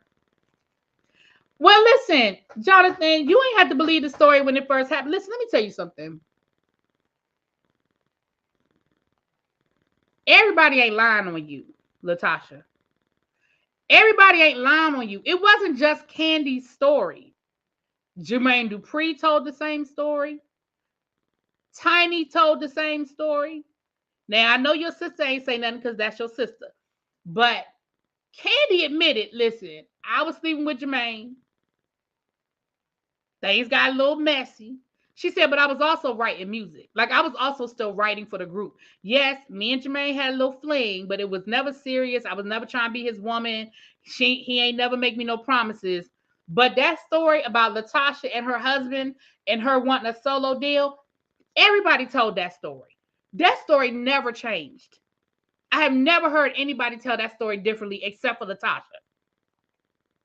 And even if you listen to Latasha's version of the story, it's the same story. She just tried to make it sound pretty. But it was the same story. Your husband got in your head, told you that you should be a lead singer and that you carrying the group and that you need to have a solo. She admits that she went out and got a solo deal. I mean, so Kanye ain't lie. Yeah, Kanye ain't lie. I just feel like unnecessary drama is being created where it doesn't have to be. If you really wanted to match everyone else, you would have communicated with the other members to make sure we match.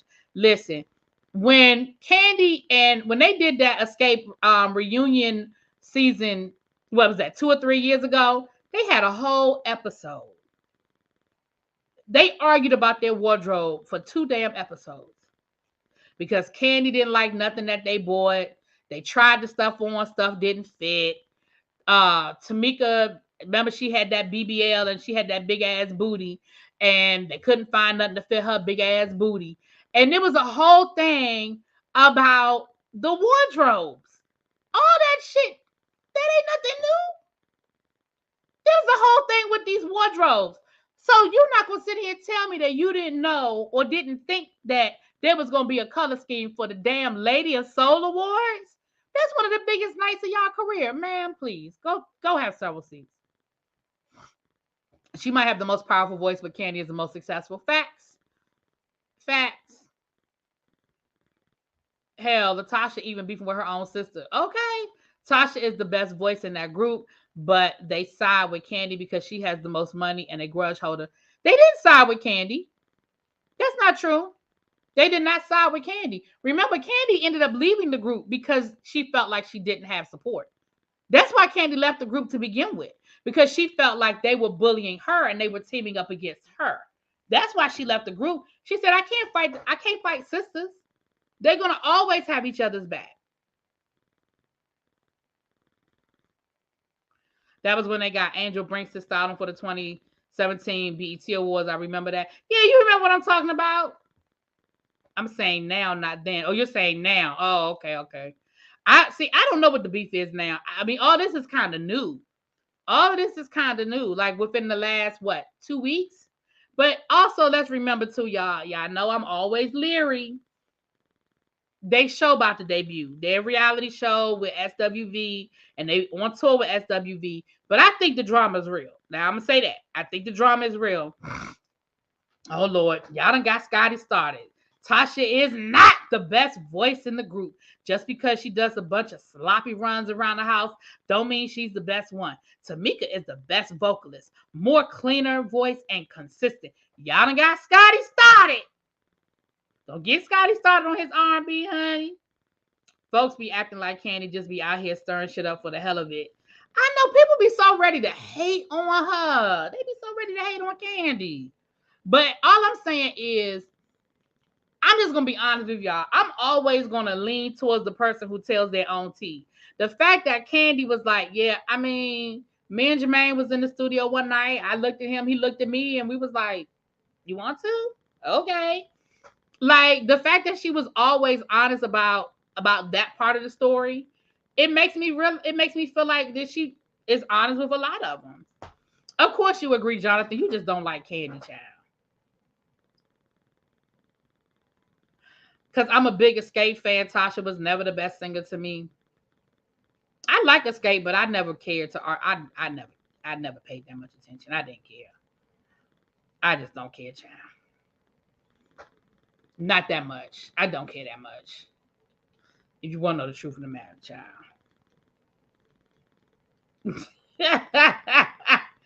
Scotty said, what you not gonna do?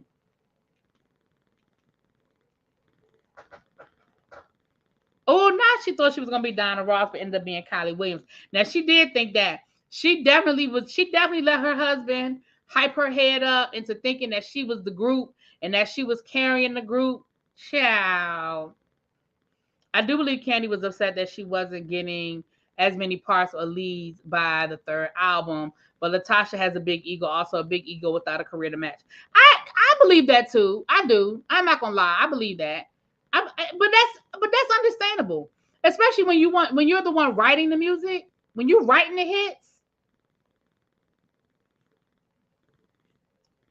Child, Jonathan, I'm not. See, I ain't fooling with you.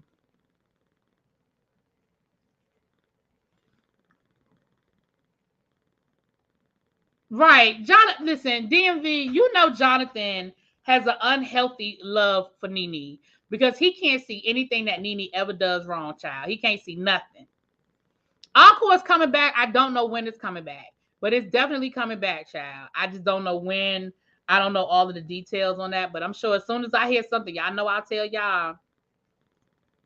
Jonathan Ford, Kandi really didn't start that though. Latasha alluded to the fact that there was an issue first. The public wasn't even aware of there being an issue regarding the styling. Hey, welcome, Panama. Oh Lord, now Kandi can't sing. I don't think Kandi's the best singer. I don't think Kandi. I wouldn't say Kandi can't sing, but I will say that Kandi is not the best singer. I will say that. But I also think that Kandi is very talented, though. I think Kandi is very talented. But, you know, everybody's singing abilities are different. But why y'all bringing up Kandi's vocals, though? Nobody said she was a... Lord, Scotty is mad. Y'all, leave Scotty alone. I mean, Scotty, you leave my people alone. She holds her own in the group. Let her be. She definitely holds her own in the group. Lord, Scotty. Scotty, you've been dipping in that Jack Daniels I left you. Scotty, you've been dipping in that bottle I left you. Y'all know I met Scotty this weekend, right? I met Scotty by Nature TV this weekend, child. Oh, Lord. I like Escape, though. I wish they would get their mess together because their group is needed for this time. Nobody's making quality music like them. Every man wants a woman. You know what? I cannot unhear it. They be ready to hate. Nah, because I'm sick of this unnecessary Kandi slander. I'm laughing because I swear I can hear Scotty saying it. I can hear him over there mad. I can hear him. He probably slamming his hand on the table and everything. Y'all know Scotty. Y'all know Scotty over there getting mad, honey. But I agree. I will say that. I do agree that I feel like I do feel like people act like, see, here's the thing. In a group, everybody got to play their position, right? Everybody has to play their part when we're talking about a group. I think Kandi has always played her part. Like, I'm not going to say that I think Kandi is the strongest singer, but Kandi played her part in the group. Hell, Tiny ain't the strongest singer, but Tiny will give it to you. Listen, do you want me like I want you? Baby, Tiny will give it to you. She sings the hell out of that song. Ain't nobody going to tell me no different. When it's Tiny's turn to turn it up, Tiny turns it up now. But everything ain't for everybody. Every song ain't everybody's song. Every verse ain't everybody's verse. Every key ain't everybody's key.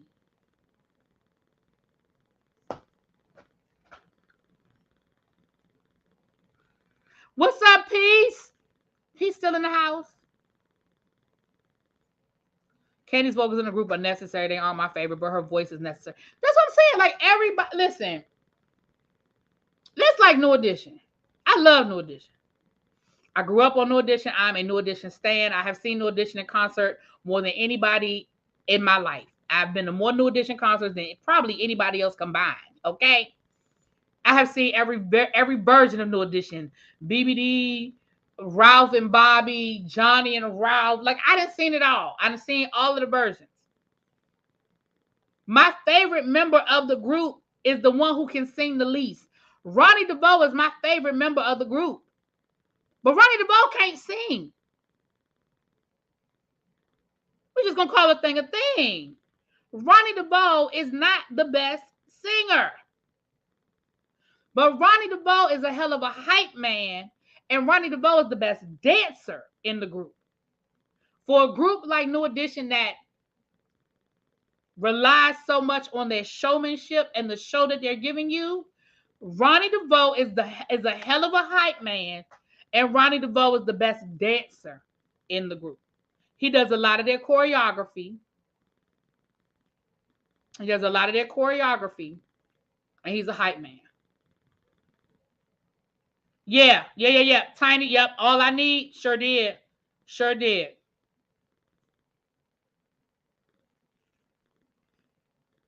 Right?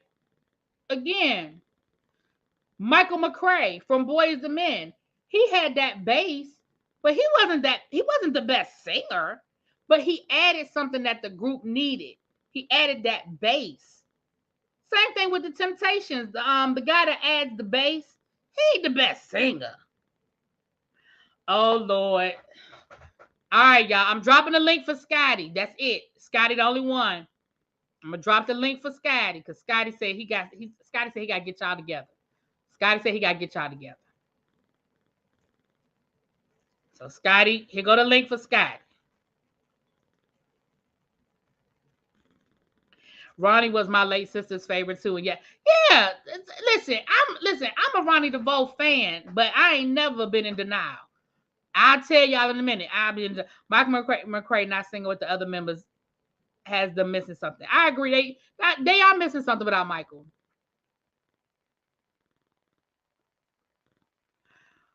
Hey, Ramel, what's up, love? The only two from the original who could really sing was Ralph and Bobby. Ricky can sing. Was Ricky one of the originals? Hey, Scotty. Hey. Scotty, you been dipping in that Jack Daniels I left you? I haven't had any alcohol since yesterday. Morgan said he gonna cuss us out. I am not gonna cut y'all out. First of all, I'm in the bathroom. I'm in Jamar's bathroom because he's playing that damn game in the living room, and y'all weren't gonna be able to hear me. So, but here's the thing, though. I didn't know Jamar was a gamer. Jamar's a gamer. Yeah, child. I did not know that. That's funny. Yeah. But go ahead. Hold on. As a matter of fact, let me set this up. Because I don't feel like standing up. Wait a minute. Can you see me? I can see you, boo. Okay, so first of all, here's the thing. I ain't finna come up here and cuss the people out. They were just getting me going in them comments. They just get me going. Because here's the thing. Everybody, when it comes down to the escape conversation, because I was supposed to make my own video about this, but it looked like I ain't gonna make it until tomorrow when I get home. But my problem with the whole escape thing is like I was looking at the neighborhood talk and I was seeing like everybody make their comments and shit like that. Yes, I am sitting on the toilet getting out together. Yes, I am. However, because it ain't nowhere for me to sit in here but the toilet. Okay. But He anyway, not using it. He just I'm not using the toilet. I'm just sitting on it. You want to see?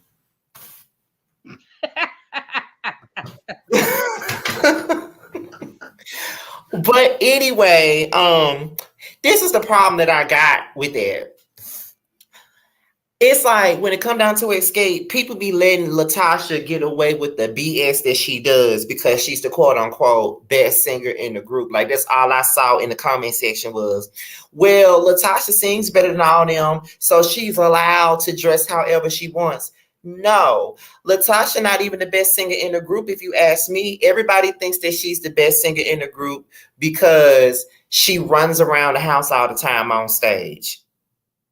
If you get what I mean by running around the house, she do them same sloppy ass runs every time she get on the damn stage. Where her sister has a more cleaner and consistent vocal, Latasha got to do all this extra theatrics and stuff. She got to give a little bit of quad web with her vocals and be extra dramatic like a damn Tyler Perry voice.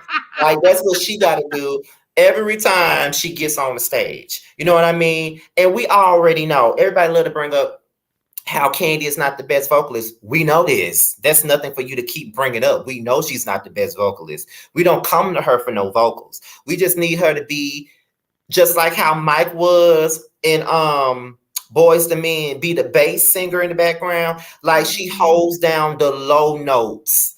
You know, she does the low notes. She's the lower register. That's what you need. It's just like even with T-Boz. T-Boz wasn't the best singer at all until I could have sounded like her. She ain't doing nothing but talking on the beat. But at the same point in time, it was her vocal that made the sound for TLC. You know what I mean? So yeah, we were talking earlier. We were talking about the Supremes. Diana Ross wasn't the best voice at all. Florence Ballard could sing all them hoes under the table. Okay. At all. And see, Escape is the type of group where you need all four. As much as I don't like Flutasha at all, you need all four. You can't have just three. I'd rather see all four and all four original members. When they tried to come back out with the ATL movie, when they had their What's Up song, it didn't work because it wasn't all four original members. It was three originals, but one newbie. We didn't know who the fuck that girl was, so we didn't care. So, you know, and when Kandi didn't want to do the group thing when they first came back and they tried to do music with just Latasha and Tiny and Tamika, nobody was interested in it. However, I got the EP. It was cute. You know, it was cute. But whatever. I get a little bit passionate about Escape, honey, because that's no. What? You get a little passionate about Escape? No. Girl, bye.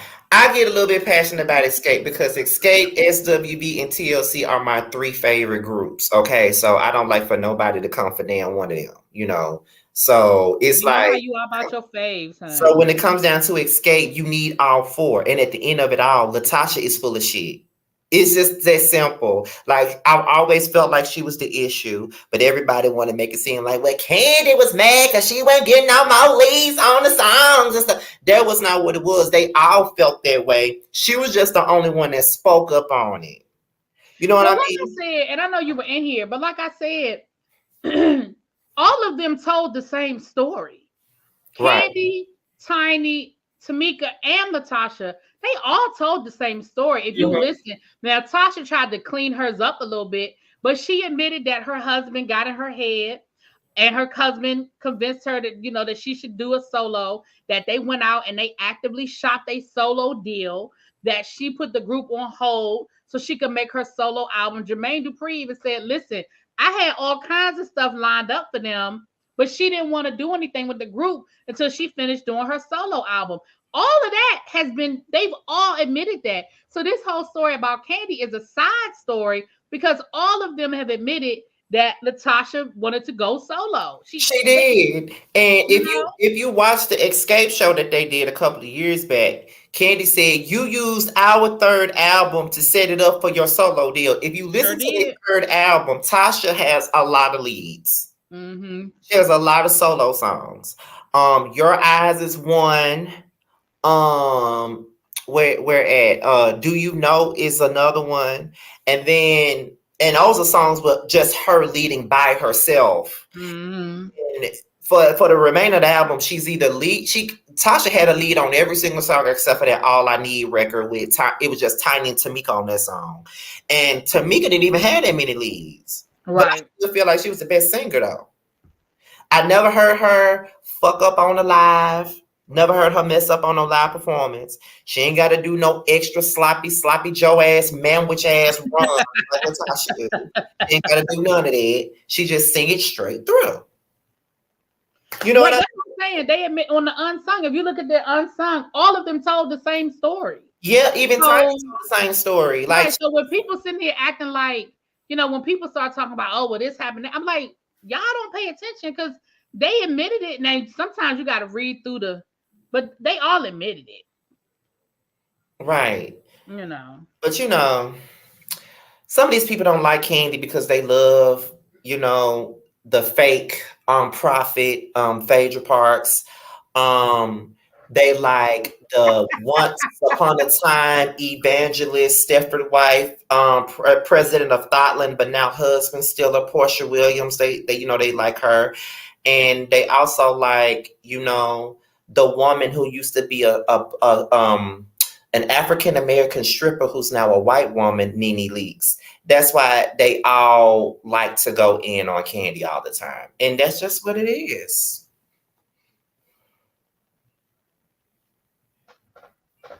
Jonathan about to get you. Well, Jonathan love his Nene, and Jonathan is about to get you. Well, oh Lordy. Moving on. Well, but I'm gonna say this before, because I'm gonna get off of here so I can get ready for the live, honey. I still gotta do my tweets of the week. But I met Scotty this weekend, y'all. Guess who just left from over here? That's okay, because me and Sakina beefing. I'm gonna talk to her later. We beefing. She said that. We beefing. I'm gonna talk to her later. She said that. She definitely said that. She said, she said, really be mad at me. I said, she sure the fuck is. I sure am. I'm cussing her. Wait till we get backstage. Now, let me say this, y'all. Now, for those of you, first of all, y'all make sure y'all are back here at 9:15 for the panel when we talk about the Real Housewives of Potomac. I watched your review earlier. All you did was read them hoes. You ain't yes, you have reviewed the show. You just decided you were just gonna read their asses. The first 10 minutes, you just reading them. The first 10 minutes, I said, Scotty just mad. Well, the episode wasn't really giving that much, so you had time. It ain't really give us nothing, child. That's what I'm saying. It really didn't have anything to give. All I had to do was read them. And I know next week I'm really gonna have something to say about them. Oh, I know I am, because I saw a couple of the clips for next week's episode, but we'll get into that when we get into that. But listen, first of all, Scotty gave me a hard time from the word go. I pulled up. She played the victim in person, and she played the victim on camera. Was videotaping me talking about something. Let me see what she do in person. Let me see if she keep that same energy. He was waiting for me to show up on some bullshit. Because you showed up soon as you got here. You called me a whore. I gave you a hug. You called me a whore. Before, as soon as I got there, I gave you a hug. I said, Scotty. I gave you a hug. And I said, Scotty, you are taller than I thought you were. That's the first thing I said. And when we got up at Jamar's apartment, you called me a hoe. We had to walk. No, I didn't call you a hoe till we got inside of Jamar's apartment. We had to walk to his apartment first. And on the way there, we had a whole conversation. I gave you a hug and everything. Sure. Then I called you a whore. I did. I called you a whore. Of course you did. You called me one all day. All day. Listen, If it walk like a duck and it talk like a duck. You see how she like to play the victim, but then be on that bullshit. You see how this conversation is right now. That's exactly how it was when we was in person. So long as you know this ain't nothing fake. We don't do this for no cameras. This is for real, for real. Well, we had fun though. Oh, we had a good time. I had a good time. It was nice to finally meet you in person. Oh my gosh. Me and Jamar went to the movies. We went to go see Wakanda. And then we hung out. You know, y'all had me out past my bedtime because, you know, I'm the old lady in the room, honey. Child, they had me out past my bed. They hit me up talking about something. We gonna meet at 10 o'clock. I said meet. Well, that's because of Sakina. Sakina had right. And then her ass ain't, that's why we beefing. Y'all, we adjusted the time for Sakina ass because she didn't get off work until late. And then her ass ain't show up. I said, so you mean to tell me I got my ass out past my bedtime for Sakina and Sakina ass ain't show up? And you remember what Aaron said? Aaron was like, we probably should have just came at 5 anyway. Right. We could have just done this at 5. But it was cool though. It was definitely cool. We had a good time. It was, like I said, it was really great meeting everybody. And you know what I loved? It was like a bunch of YouTubers there, but we weren't YouTubing. Yeah. Like we talked a little bit of YouTube business, but we were just talking and getting to know each other and chilling. And it was really, really cool to do that. So that was because you had already met Jamar out. And that's the only person you met. I talked to Mims on the phone, but I hadn't met Mims. Mm-hmm. I'd never met House of Aaron and never met Jamie. So that was cool to meet everybody. It was so cool to meet. When are we going to talk about Wakanda? We're going to talk about Wakanda. I'm going to probably do what I may do. If I do, I'm going to put a spoiler alert because I want to talk about because I think El Teddy was talking about doing a panel. So if El Teddy does a panel, then we'll talk about it over there. Oh, yeah. Reggie said he hurt that he missed you. I haven't seen him either, though. I'm beefing with Reggie too because he's gonna leave a comment under my picture. I said, don't leave no comment under my picture. Where were you?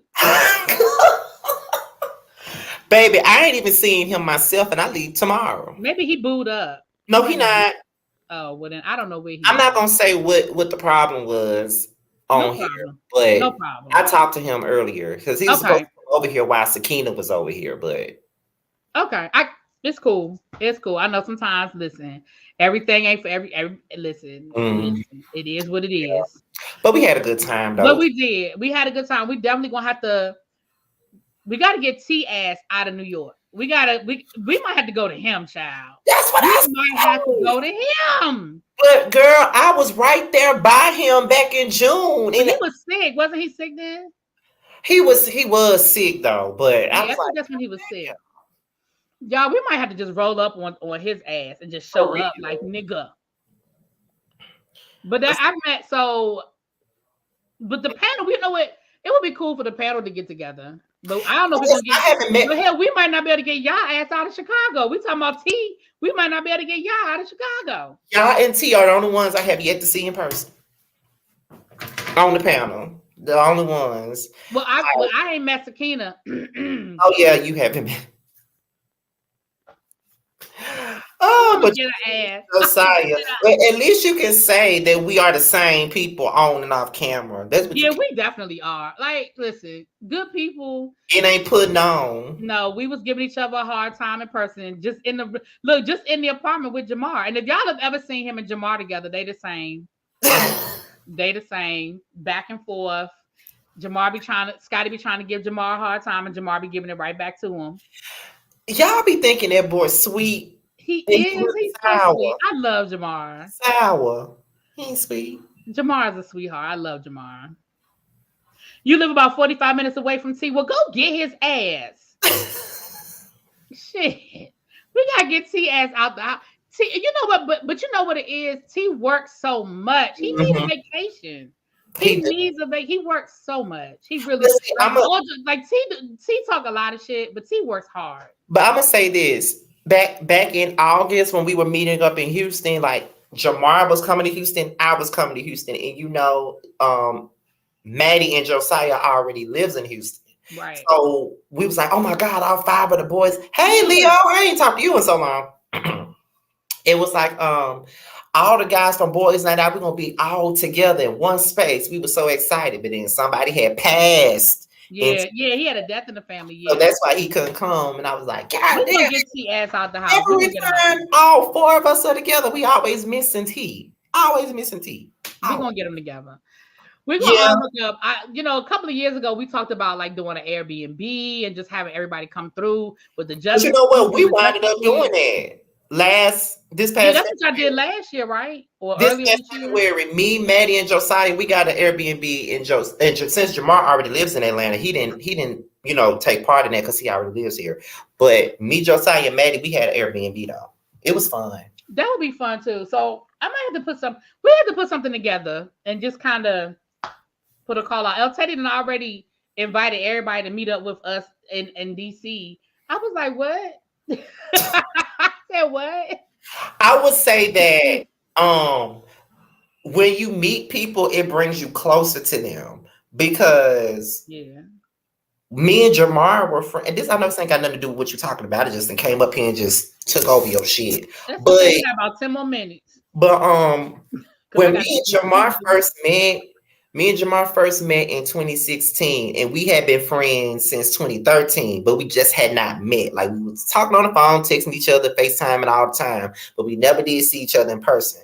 Up until I came there for a K Michelle concert, and he lived in Houston, and we went to the concert together. And ever since then, it made us even closer than we already were. So now that he lives in Atlanta, and that's why I'm always back and forth now, because he right there, and it's like a 45-minute flight for me. So I'm always here because Jamar is here. So when we met each other and we saw how our energy was in person, it was like, we got even closer. Same thing with Josiah. We talk on the phone out of everybody on the panels that I do. The two main people that I hear from almost every day is Jamar and Josiah. So I was talking to Josiah all the time, but when we met back in February in person and we stayed in an Airbnb for a couple of days, it brought us even closer. So yeah, that's like with me, El Teddy, and Abby. Like we see each other all the time, and it does, it really does. It brings you closer. Tracy said we should all meet up in BravoCon. We actually talked about all going to BravoCon. Child, BravoCon is expensive. Like real talk, BravoCon is expensive. But people been wanting us to do. Somebody said something about a meet and greet or something like that, and I would love to do something like that. But how will we do it? We could do a meet and greet, but it definitely would have to be some planning and some working out logistics because we all live so many different places. We would have to coordinate that. But I'm down for trying to put something together. I'm definitely down for it. We could even do different panels. Like if we could get everybody to come, you could do a boys' night out panel. You could do a whether you like it or not panel. You could do you could have different YouTubers come up, and you could do the who's to blame. You know what I mean? You could kind of do like all these different variations. It would be cool. Because I was saying something, because someone said like here goes Jonathan at a central location like in North Carolina. Boy. Someone brought up the whole boys' night out meetup idea, and I was like, okay, that would be nice, but maybe have like special guests as well. Like this boys' night out meet and greet, but also special guests like Really Be, Simply Sakina, House of Aaron, Jamie Destiny, something like that. You know what I'm saying? I'm down for it. Listen, I'm down. We could talk. We could maybe talk in the group chat and see if people will be interested. The tickets for BravoCon, now, the cheap tickets are not that ridiculous, but if you want to go to any of the events, if you want seats, like a lot of stuff are standing only unless you pay extra for a seat. Those tickets can end up being in the thousands. I think the VIP package was something like $1,500 or something, and that wasn't even like the real. That was like they have tiers. Yeah, go to that BravoCon website and look at the ticket breakdown. I'm gonna say this because I've met a lot of YouTubers over the last year, so I'm trying to remember who all I met so far. You met a lot of people, Scotty. It's you, JoJo, Sakina, Jamie, Brooke Ashley, House of Aaron, Mims. Ooh, it's a lot of people. So it's a lot of people. Child, not the return of the blackout, honey. We need to do Forest Rocks. Met her. It's like we do need to do another blackout. At least this time I can go because the last 2 times I couldn't go.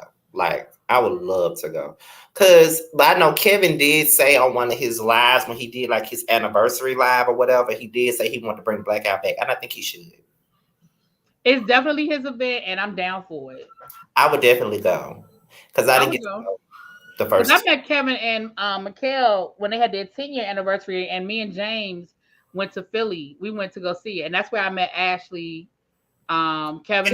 We were supposed to actually meet back in August when I came to Chicago, but she had just had surgery on her foot, so she couldn't really move around like that. Oh, that's the only reason why. It was cool. Like I felt nervous just walking up to her, but because I was like, that's Ashley. You know, I was like a fan.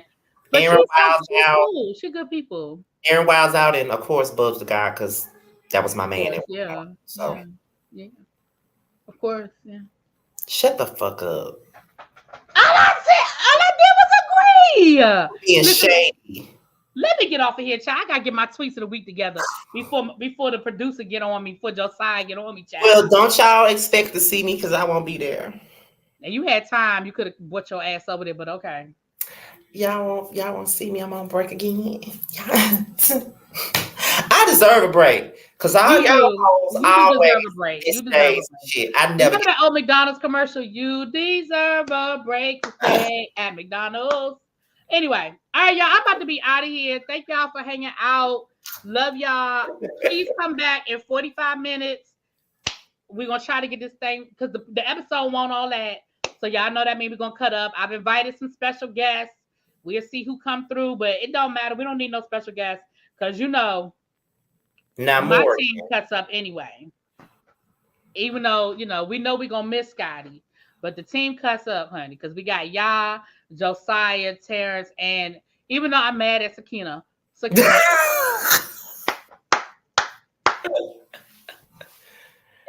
I still love her anyway. I'll talk to y'all later. I'll see y'all in 45 minutes. Peace. Thank you for coming up, Scotty.